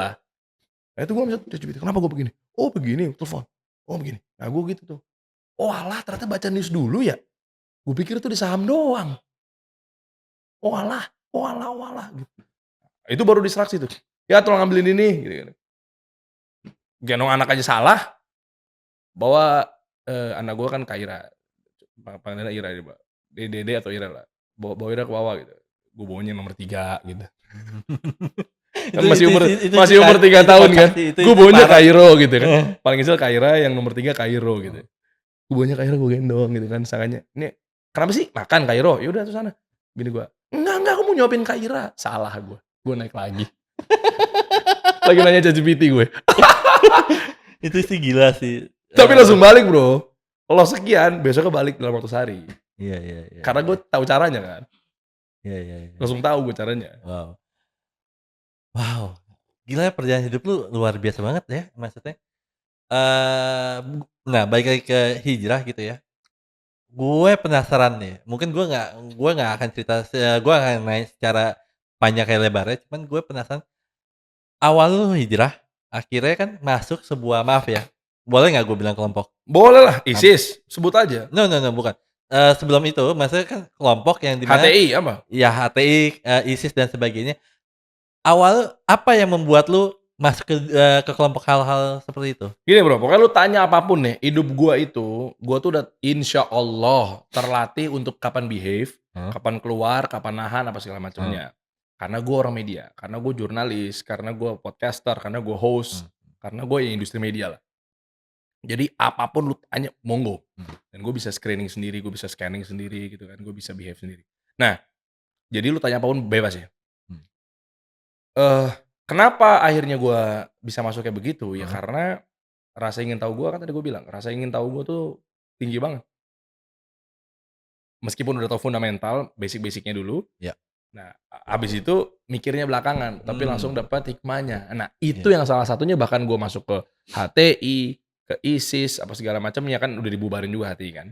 Jadi ya kita ngomong-ngomong aja orang, itu juga udah yang bubarin pemerintah, lu mau lawan pemerintah ya silakan. Simpel gue, ya udah gitu kan. Mau lu nggak terima enggak, tapi ormas itu ternyata bukan ini kok, gue aman-aman aja, terserah lu. Nah gue juga nggak, gue mau berteman sama lu berteman aja, hayu. Gue lagi bahas konteksnya adalah dibubarin sama pemerintahnya, ya berarti kan, ya gue nggak pantas di situ. Orang dibubarin sama pemerintah, ya gue berarti salah dong di situ kan, simpelnya gue gitu kan. Anyway, kenapa gue bisa masuk ya karena itu, karena gue semangatnya waktu itu untuk dekat dengan Allah. Cuma caranya serampangan. Dan akhirnya yang kedua menjawab juga tuh yang sesuai dengan tadi gue jelasin tadi beberapa menit yang lalu terkait privilege gue di depan dikasih taunya. Nah bayangin ketika gue udah pupuk keluarga kecil gue 5 tahun, 10 tahun, taunya gue di belakang, game akhir gue itu adalah malah masuk ke kelompok-kelompok terlarang. Nah kan bahlul gue jadinya. Masa gue bawa keluarga gue ujungnya di masa-masa akhir hidupnya meskipun umur nggak ada yang tahu ya, tapi secara fitrah manusia kan berarti kan udah menua itu, tapi gue malah masuk ISIS, kan bego gue berarti kan. Nah itu yang maksud gue, jadi gue langsung, "Masuk masuk." Tiba-tiba Allah kasih lagi jawabannya, "Salah Der, makanya lu belajar dulu." "Oh iya, maaf ya Allah," gitu, "ampuni aku ya Allah." Udah. ISIS lagi, naikin lagi, kurang semangat ya, "Enggak itu juga salah." "Lah iya bener." Gitu. Makanya rata-rata umurnya tuh cuma 6 bulan sampai setahun gue di dalam, kelompok sesat itu. Lu masuk ke kelompok sesat itu 6 bulan atau sampai setahun gitu ya? ISIS ya? Iya. Nah, itu gue mau nanya deh, itu gimana cara lu bisa keluar di kelompok itu gitu? Dan you know lah ya, mungkin banyak orang yang mungkin mau keluar juga susah ataupun Iya. bahkan yang terjebak yang ngerasa kayak, "Aduh gue mau keluar gimana ya caranya di ini ya?" Jadi waktu itu kan memang gue putuskan, adalah ketika gue tahu satu kuncian yang namanya takwa. Mmm, Ini nyambung lagi nih, masih nyambung kok ini semuanya. iya Mau iya. gue berbisnis, ujian di bisnis, ujian gue hijrah sekalipun, Mhm, ujian gue di parenting apa segala macamnya, itu judulnya alhamdulillah gue berkali-kali bersyukur sama Allah, yaitu gue privilege-nya taunya di depan. Dan itu akhirnya memantapkan gue untuk dengan agama yang mulia, agama yang sempurna ini, Islam, adalah terkait bahwa ketika lu takwa betul-betul, lu deket-deket sama Allah apa segala macamnya, Allah pasti akan bantu, Allah pasti akan buka dari arah yang nggak disangka-sangka. Nah, yang akhirnya gua ambil kesimpulannya makanya ujian gue di depan, simpelnya gitu. Gue dikasih tahu di depan dulu nih. Nah itu, gampangannya begitu. Nah, ketika tadi udah mulai kelihatan kan narasinya kan, iya tahu di depan solusinya cepat, iya tahu di depan langsung dikasih tahu juga iya jalan keluarnya, way out-nya ke mana. iya, Dapat ya betul betul, gambaran iya. life Gua gue ya, gua kebayang maksud dapat life gue ya. heeh, Begitu gue masuk, oke, anggaplah 6 bulan, setahun kan waktu yang cepet dong, iya, untuk masuk ke dalam heeh. sebuah kelompok. Ada yang kawan-kawan kita udah bertahun-tahun Bro, ada yang sampai mohon maaf nih, kemarin sampai bom Bali, bom ini apa segala Itu sih macamnya, gila sih, iya maaf kan? ya mungkin kata Ya gua kayak goblok sih itu, lah iya kan, gila. itu aja masih sampai dalam penjara aja. Ustadz gue cerita tuh, Ustadz Dzulkarnain Sunusi kan dipercaya sama pemerintah tuh. Jadi ada satu dewan pengawas syariat kami lah ya, Ustadz Dzulkarnain Sunusi, wah Masya Allah semoga Allah jaga beliau. Beliau diperbantukan di, angkatan darat, TNI kita, itu untuk membuka pemikiran-pemikiran terorisme yang ada di negara ini.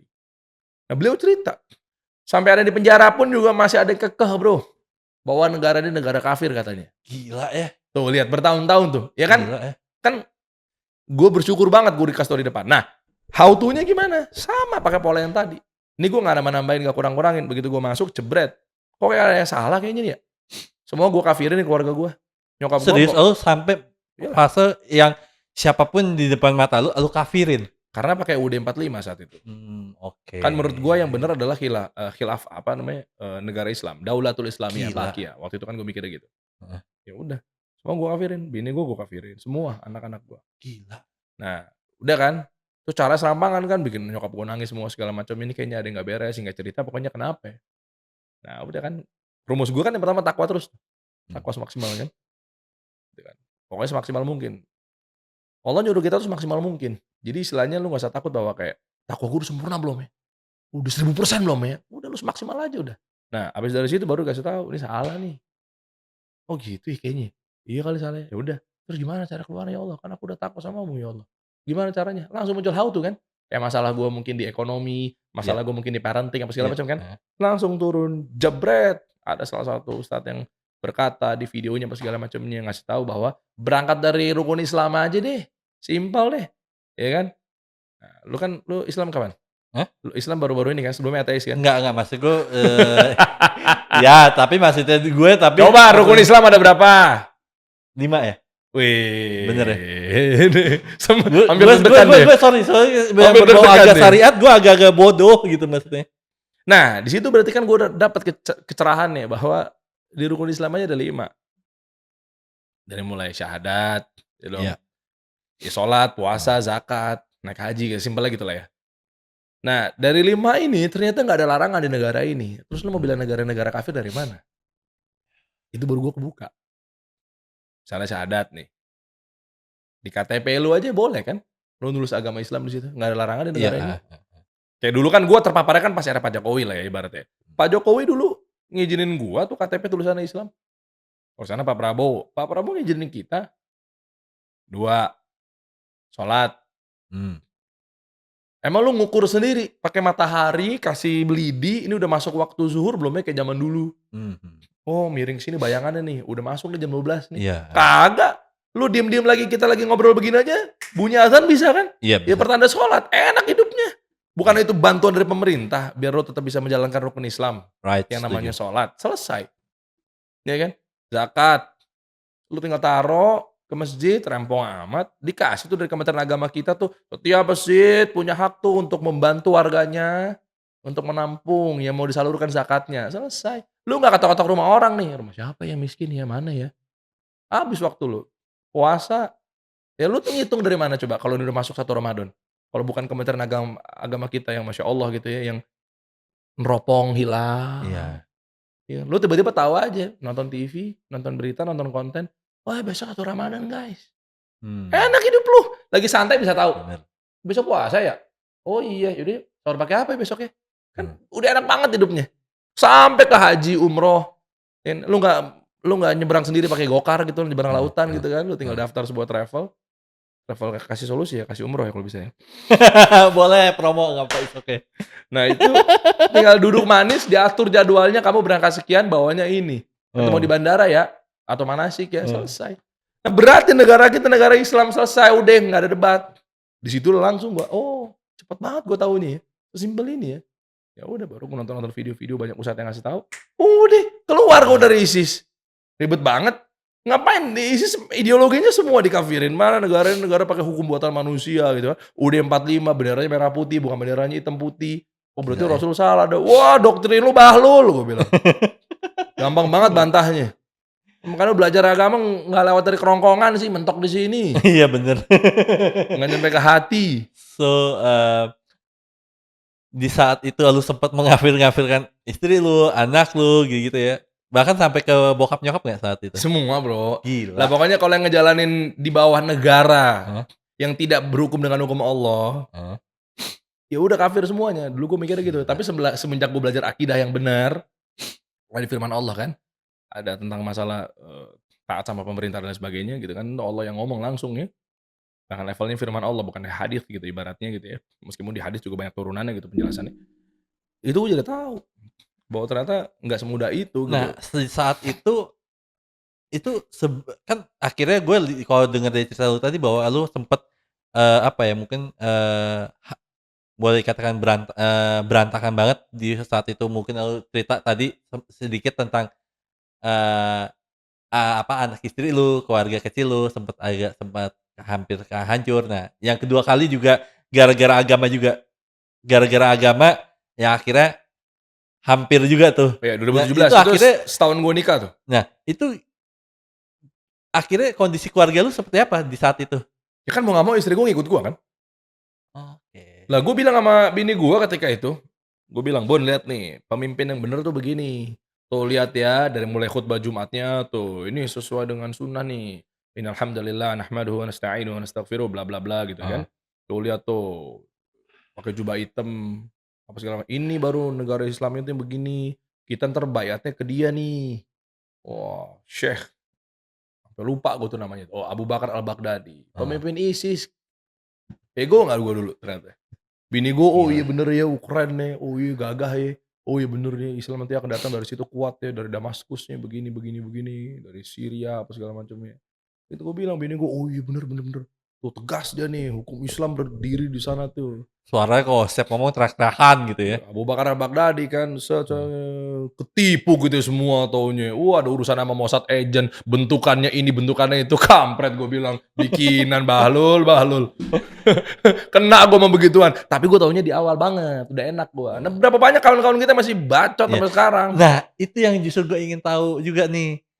Kebanyakan orang yang masuk ke kelompok tersebut, ISIS dan sebagainya gitu ya, mereka itu awalnya itu karena apa sih? Kebanyakan kalau lu kan pernah masuk ke komunitasnya juga kan, jadi otomatis lu kurang lebih akan tahu juga why kenapa mereka bisa masuk ke dunia seperti itu. Gampang Bro, mereka yang tahu kan adalah gimana caranya mereka tuh kan tobat, Iya. ya kan? Mereka pengennya dekat sama Allah. Heeh Mereka punya masalah, kan manusia begitu kan rata-rata heeh kan, kena heeh. masalah dulu baru tobat segala macamnya Iya, gitu kan, heeh. ya fitrahnya lah.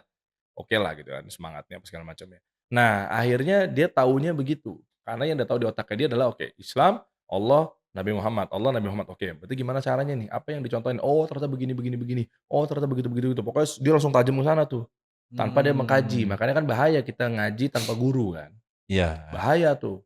Nah makanya taunya, oh begini begini, iya ya, kenapa di negara ini nggak ada, kisos ya? Kan gitu kan? Iya Iya ya, iya. kenapa begitu nyolong tuh koruptor tuh bukan dipotong tangannya ya? Oh iya cocok logi tuh langsung. Iya, heeh. Tanpa harus ada masalah mudorot, gampang lah bantahnya tuh gampang banget lah mereka-mereka. Sekarang alhamdulillah kita udah dibekali ilmunya kan, kenapa sekarang begini, kenapa begitu, apa segala macamnya gitu. Oh iya iya iya iya, masuk. Ternyata gimana ya, bener nggak ya? Mereka masuknya, ini udah kebaca nih ya, ini jurus dia nih. Lu kalau mau MLM ISIS Bro, ini yang lagi nonton di kamera nih. Lu kalau mau MLM ISIS, lu rubah gaya lu, ketahuan udah ketaker, udah basi cara lu. Lewat apa coba? Lewat ketemuan atau lewat sosial media, Heeh. dia masuknya tuh lewat hukum, buatan manusia. Contohnya? Bro, di negara kita hukum yang berjalan apa Bro? Lu akan jawab, UUD 45 Pancasila. Iya. Oke, dibalikin lagi.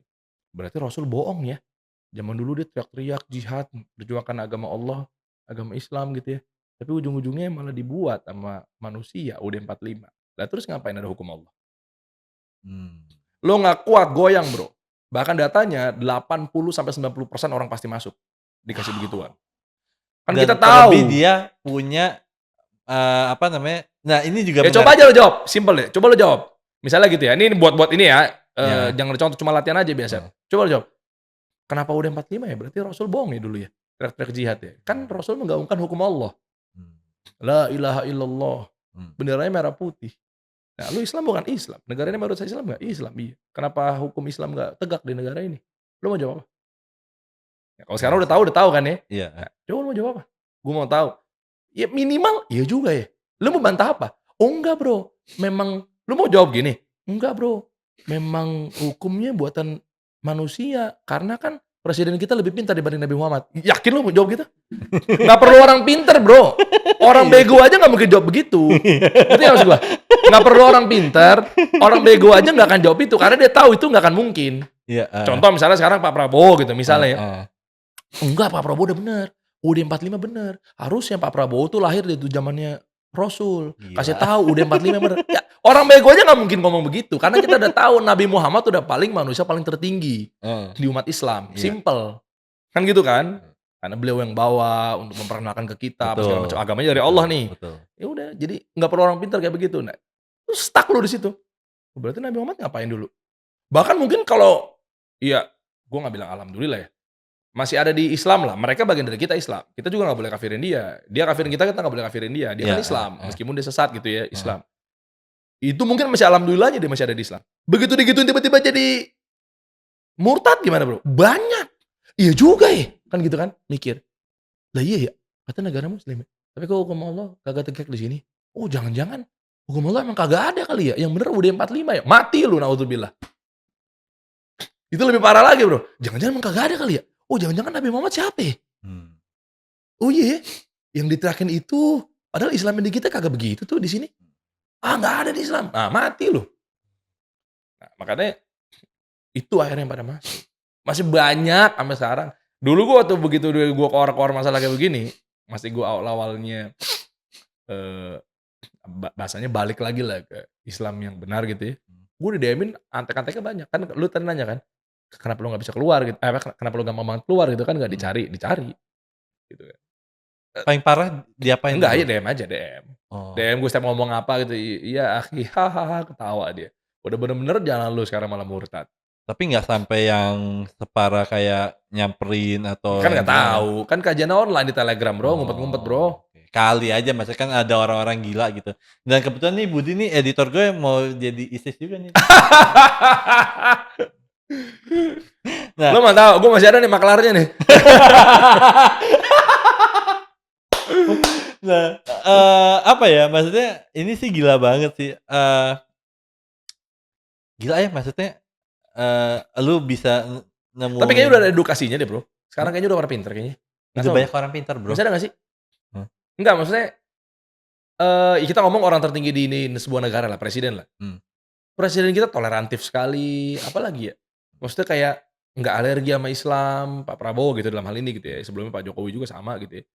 Maksudnya kayak udah pada pinter gitu loh, maksudnya kayak ngebubarin ormas-ormas terlarang. Kayak udah pada tahu gitu sih, udah pada tahu kayak kan pasti belajar lah, kenapa dibubarin ya ormas ini ya? Mhm. Pasti kan dia kaji, oh begitu keluar, mungkin ada muncul di BNPT, ini ternyata dugaan terorisme, kan nalar. Kenapa ya? Nggak tahu ya gue ya kalau soalnya gue sekarang lagi intunya ke ekonomi mikro sih, tapi gue Mmm. nggak tahu kalau untuk akidahan ini kan masuknya di akidah, karena kan pemahaman kan, Iya betul. keyakinan, metode, manhaj, apa segala macamnya gitu ya. Nah itu gue nggak tahu sih, gue nggak dalemin gitu, apakah masih ada berita, beredar, berita dunia yang ISIS bubar apalah, pulang pada dari Suriah pada ketipu katanya, kan Heeh heeh. ini media udah gitu semua Bro. Gue kayaknya ini udah kayak harusnya juga pemerintah harusnya. Mungkin yang masih pemikirannya yang masih tolol aja udah, gue nggak ngerti kenapa. Gue juga jaga lo ngomong kayak gini, gue keinget temen gue dulu punya temen yang gue nggak ngerti kan gimana ceritanya, cuman tapi yang gue denger-denger adalah dia itu banyak hutang gitu lah ya, yang di mana dia ngerasa kayak dia berpikir gini, "Dengan gue hijrah, hutang gue lunas." Siapa yang lunasin? Gua nggak tahu, nah dia ngomong pemikirannya gitu kan. Nah, akhirnya dia masuk kayak ke kelompok-kelompok something kayak gitu ya. Utangnya nggak lunas, akhirnya dia akhirnya, one day gua ketemu sama dia, "Ya gimana?" Gua bilang, "Lu masih hijrah nggak?" Ada sebagian dia bilang, "Nggak ada hijrah-hijrahan sekarang ah." Gue sampai segitunya dia, Nah, itu gila sih maksudnya. kayak begitu. Ini gue nggak nyalain temen lu ya, Iya, heeh. tapi bahayanya adalah akhirnya jadi sentimen sama Islam. Mmm. Nah, maaf ya, gue Nggak tahu apa-apa. kok itu. Gue pelajarin Bro. Gue orangnya pembelajar, Heeh. satu, dan yang kedua kan gue praktisi saat itu. Iya, heeh. Dan gue bisa sebut, tapi nggak usah sebut lah. Dia masuk ke kelompok apa gue tahu. Mmm. Kalau emang dugaannya bahwa orang ini dijanjikan pelunasan utang. Mhm. Orang ini dibiayain hidupnya. Salah satunya ISIS. Tapi yang tadi tuh gue tahu itu bukan. Tapi ya belangsak juga lah, mirip-mirip lah yang itu, ya. Oh. Jadi kalau ISIS itu juga gitu, "Ayo kita ke Suriah, nanti hidup kita tentram di negara Islam sana, Mmm, Daulatul mhm Islamiyah mhm. Baqiyah. Ayo kita ke Suriah." Gitu. Itu Mmm. gengnya dia tuh ternyata pada mampus kan, pada ketipu kan, pulang semua capek-capek, kan di berita kan ini dipakai dong otaknya, ya nggak? Jangan langsung bablas-bablas aja, sama lah kan gue juga dulu kena, kita nggak bisa begitu. Iya Gue iya. bisa bantu, kalau lu punya keluarga yang masih gitu gue bisa bantu. Gue sama ustad gue maksudnya. Gue bisa bantu pemahaman itu biar kembali ke insya Allah ke jalan yang benar. Biar ustad gue yang fatwa, gue yang public speaking-nya, pakai retorika-retorika. Pokoknya dia kegocek kayak entar sama gue gampang lah.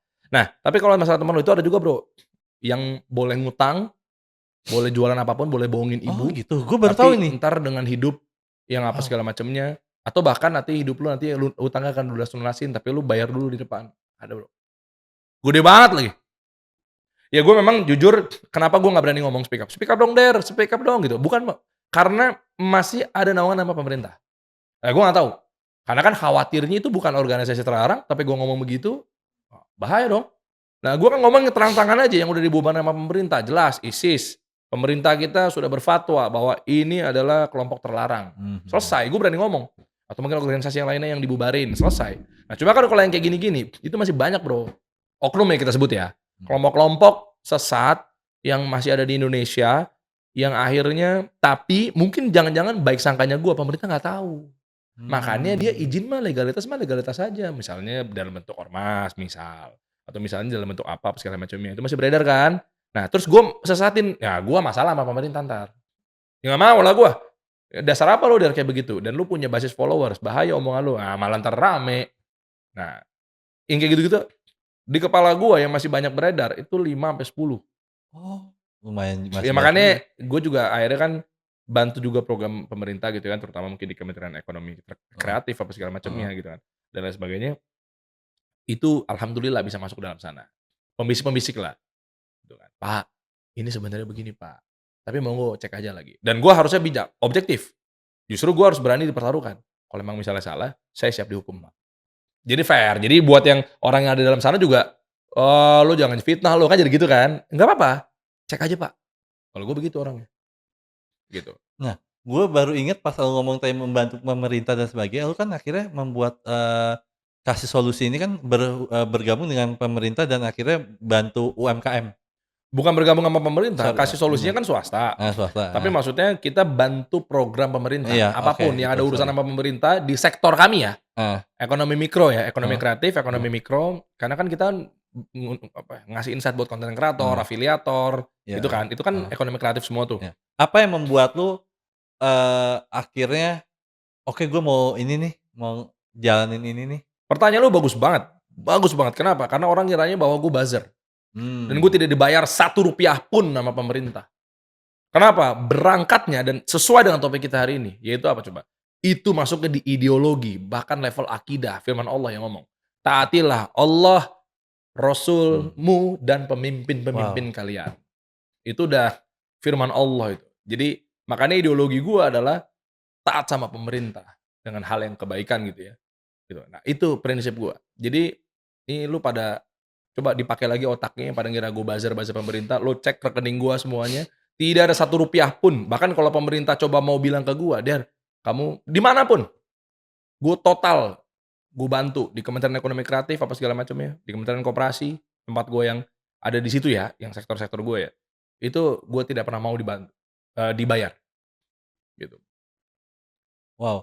Mungkin gue mau punya 2 pertanyaan terakhir yang menarik banget, yang menurut Ya, gue kayak gue penasaran kayak anytime Bro, monggo. ya, enggak, yang pertama adalah mungkin, eee, lu gimana sih membuat jujur ini teman perjalanan spiritual ini atau Izzat Production ini juga lagi sedang merintis, ya. Nah, apalagi teman-teman yang mungkin saat ini membuat YouTube gitu ya, mungkin utama kita ngebahasnya nggak usah jauh-jauh dulu, di dunia podcast aja ya, biar nggak nyebar ke mana-mana. Nah, tapi bagaimana sih, Bro, buat podcast ini menjadi sebuah podcast yang mungkin utama adalah penghasilan dulu deh. Mungkin kayak bagaimana untuk biar dapet AdSense, bagaimana untuk view-nya make sense gitu, maksudnya yang besar juga gitu. Kan banyak nih, mungkin ada beberapa, YouTuber yang, subscriber-nya gede, tetapi viewersnya itu jauh dari followers. Nah, itu kan banyak nih kayak gini. Nah, itu bagaimana sih untuk kurang lebih agak-agak imbang lah? Yang pertama nih kita ngomong ikhtiar ya, Mmm, gua ya alhamdulillah nggak pernah pindah industri, jadinya gua tahu betul industri media seperti apa, heeh, itu satu, ya kan. Karena memang udah 20 tahun gua di dunia ini. heeh, Bagaimana cara hook yang diketahui sama teman-teman semua, nah mmm, itu kami udah dapat edukasi dari tahun 2010. mmm, Jadi, ini buat oknum-oknum si paling hook, si paling niche, bikin konten tuh harus hook hook, mmm, gitu kan. Kentutlah, lu coba dalemin dulu dah, lu ajarin kawan-kawan yang ada di bawah itu, apa itu hook beneran gitu. Gua udah dapat di tahun 2010. Lu pas dapat pas zaman Covid kan, pas eranya semuanya shifting ke dunia heeh, digital terutama TikTok kan. Tiba-tiba main ngajar-ngajar aja, ya nggak nyalain mereka sih, tapi ini harus clear dulu nih, mengenai hook. Nah, edukasi kami di broadcasting itu ada Bro. Ini buat lulusan-lulusan broadcasting yang bener-bener dalemin apa segala macam ya, itu ada hook di situ. mmm. Nah, ini nyambung nih sama pembahasan. Nanti gue bahas ya, gue pretelin bagaimana cara nyusun biar konten tuh potensi viral atau ditonton, datengin brand juga nih. Sorry gue potong, bukan viral dulu deh, tapi viewersnya itu okelah gitu maksudnya. Ya kan viewers oke kan juga pasti bagian dari viralitas juga Iya, kan, iya, oke. nyampe ke sana kan. Sebenarnya simpelnya adalah, kenapa gue berangkat dari industri media, background gue apa segala macam ya. Jadi gue tahu, apa yang dibutuhin sama konsumen, Oke. itu dasarnya. Mmm, Dan akhirnya I love marketing, marketing juga sama. Marketing itu bukan ngomongin tentang siapa dari gue produsen, tapi lebih kepada apa haknya konsumen, itu marketing. mhm, Jadi, antara nggak usah ngomongin bahasa kerennya supply demand lah, tapi pokoknya kalau bisnis aja, lu sekarang ini lu ada urusan produsen sama konsumen, iya, ya kan. Jadi, hidup itu apapun bentuknya, itu produsen konsumen. iya, Gua yang ngeproduksi anak mhm, gua mhm, sama bini gua, anak gua mengkonsumsi arahan gua. Nah, ke anak pun juga produsen konsumen. Gua selalu nge-treat-nya begitu. Jadi supply demand. Nah, apapun bentuk propose, itu harus ada ilmu. Apa ilmunya? Satu aja, gua nggak usah bahas panjang-panjang lebar. Namanya customer behavior, Bro. Ada perilaku mmm, customer. Jadi setiap lu bikin konten media kayak begini, lu cek semua audiens lo itu harus berperilaku dan kenapa dia mau nonton, selesai. Nah itu oke, selalu gua, sensitivity gua tuh di situ. Kalau lu sadar, sejaman kita ngobrol ke belakang, kalau lu mhm, sadar, setiap jawaban, pasti di depannya gua ngejagain bola mata lu. Itu istilahnya hook. Nah itu berarti banget buat gua. Itu orang media tuh begitu. Makanya lu mhm, lihat deh, dari tadi kata-kata, mungkin ada kalanya begitu gua mau jawab, sampai barusan detik itu tadi gua bilang, "Lu ngerasa yang paling si paling ngajarin hook, si paling ini."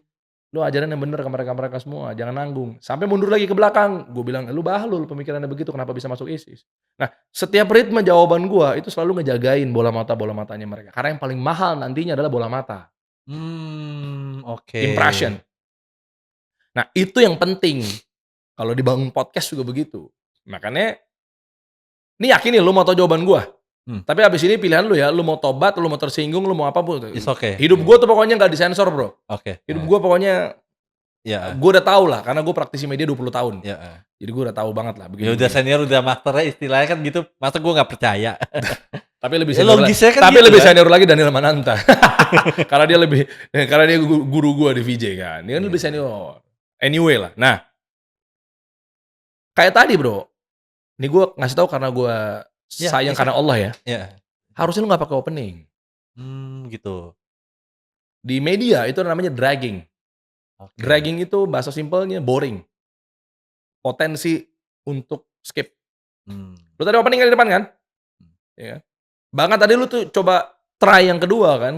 Tadi kan di kamera kan udah hasil rekaman kan. Ini pertama kalinya gua Iya, ngebongkar kayak iya, iya, begini-beginian. iya, iya, nggak apa-apa, Buat nggak apa-apa. kebaikan lu. Karena gue pengen dapat amal jariah ketika lu praktekin, gue juga dapat Amin amal. ya Tuhan, amin ya Allah. Lu opening kan tadi kan? Mmm, Jangan dibuang tadi openingnya, nggak apa-apa lu pakai aja, gaya lu aja. Itu oke, buat bahan pelajaran biar tahu before after-nya. oke. Harusnya langsung gas. Kenapa? Karena lu mengorbankan bola matanya penonton dalam waktu 10 sampai 20 detik. Oke. Dan bahayanya, tapi gue udah tonton dari 20.000, bukan itunya yang gue bahas. Heeh, Lu mau tembus 1 miliar pun heeh. views, terserah. Gue lagi nggak bahas itu. Tapi yang gue bahas adalah, yang pertama, jangan sampai orang nonton tuh karena memang pure narasumbernya aja, Itu yang gua nggak ya mau. kan? Yang kedua adalah, mungkin dia betah-betahin. Nah, bahayanya adalah, oke dia betah-betahin nonton sampai sejam misalnya. Mmm, Tapi sementara dari opening aja itu masalah. Ke belakangnya, resisten di otaknya bekerja. Bahwa ke depannya, gue nggak akan rekomendasiin media ini lagi. Karena di kepala manusia itu sudah resisten. Males.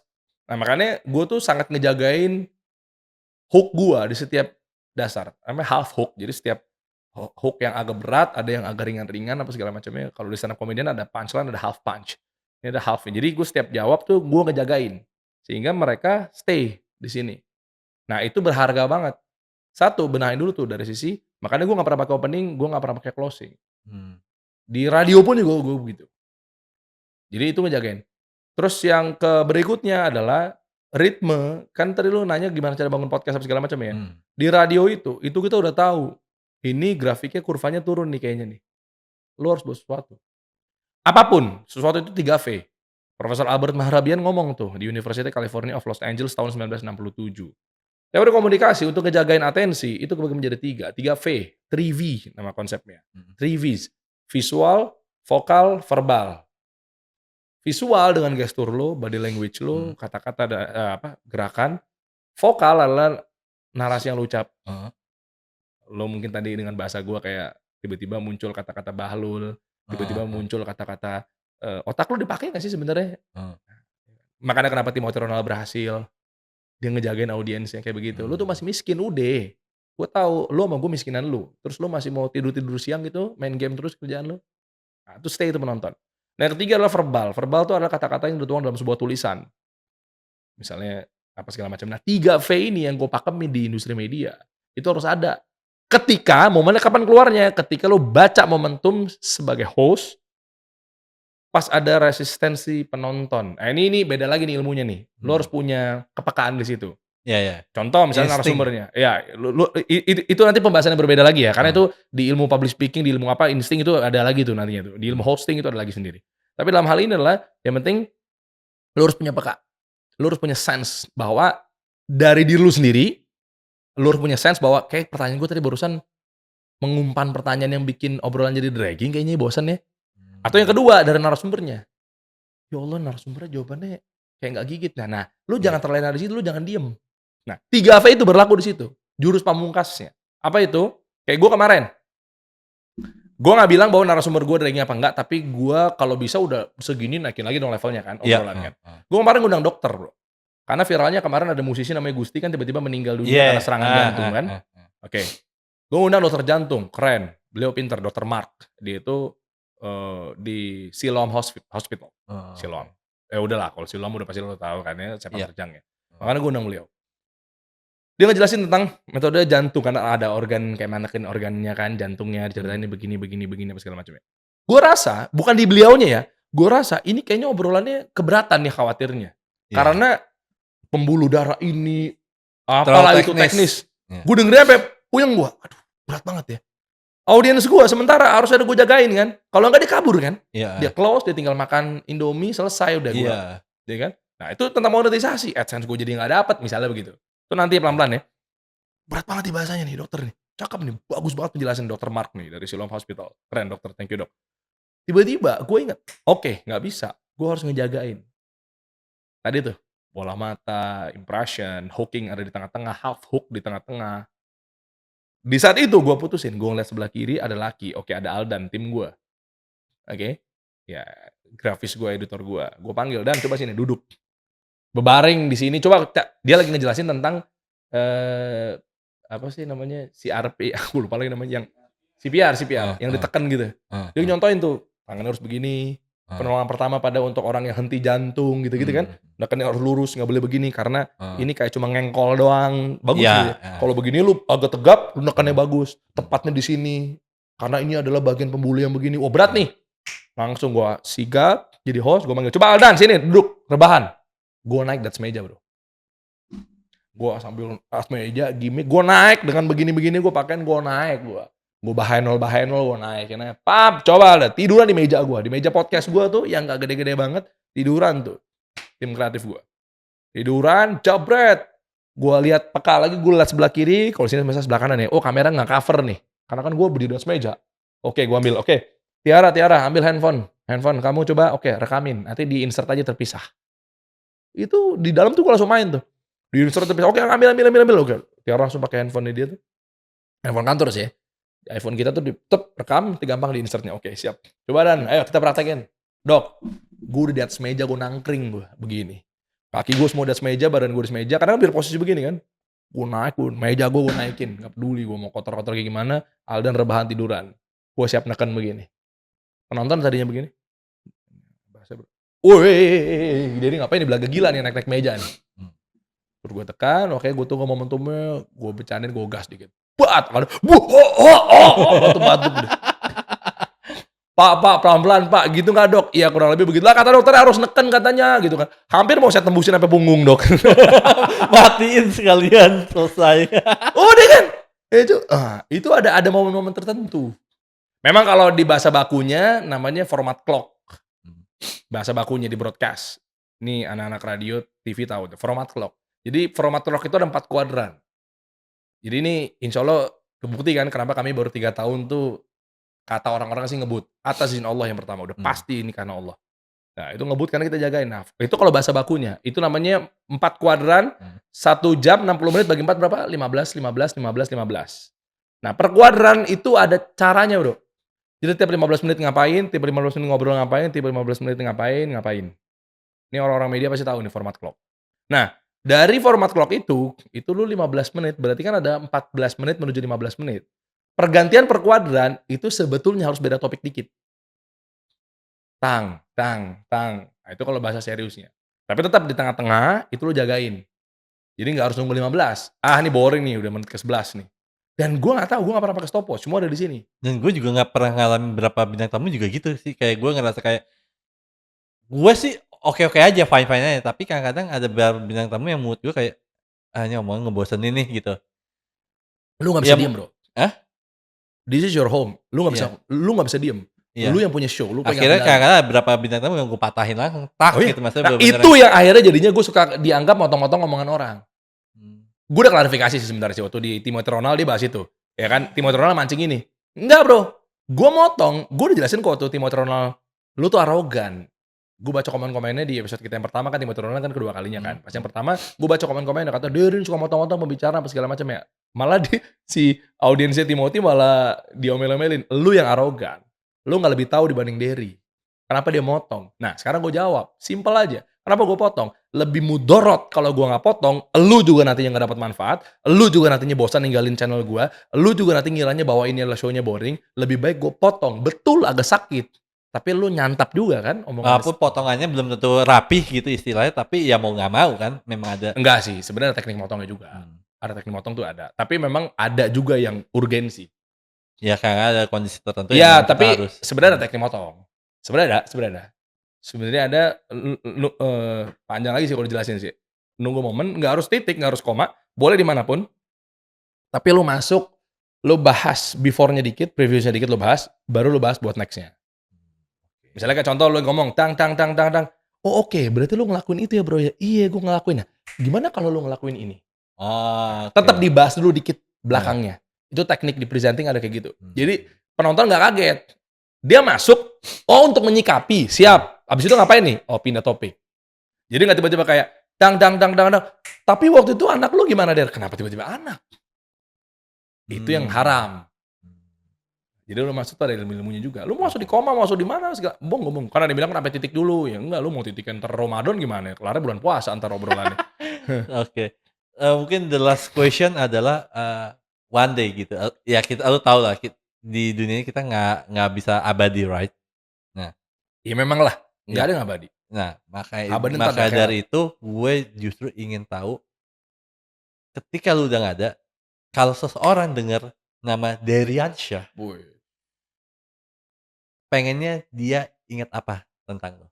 Bahkan Nabi kita pernah ngasih tahu kan Rasulullah SAW bersabda gitu kan, sebaik-baik manusia adalah yang bermanfaat buat orang lain. Ya, Nah, poinnya adalah menurut gua versi sukses atau legacy apa segala macamnya, ada poinnya padahal ketika lu bisa bermanfaat buat orang lain. Itu level salah satu level tertinggi lah di manusia. Jadi ketika udah nggak ada, lu pengennya diingatnya sebagai apa.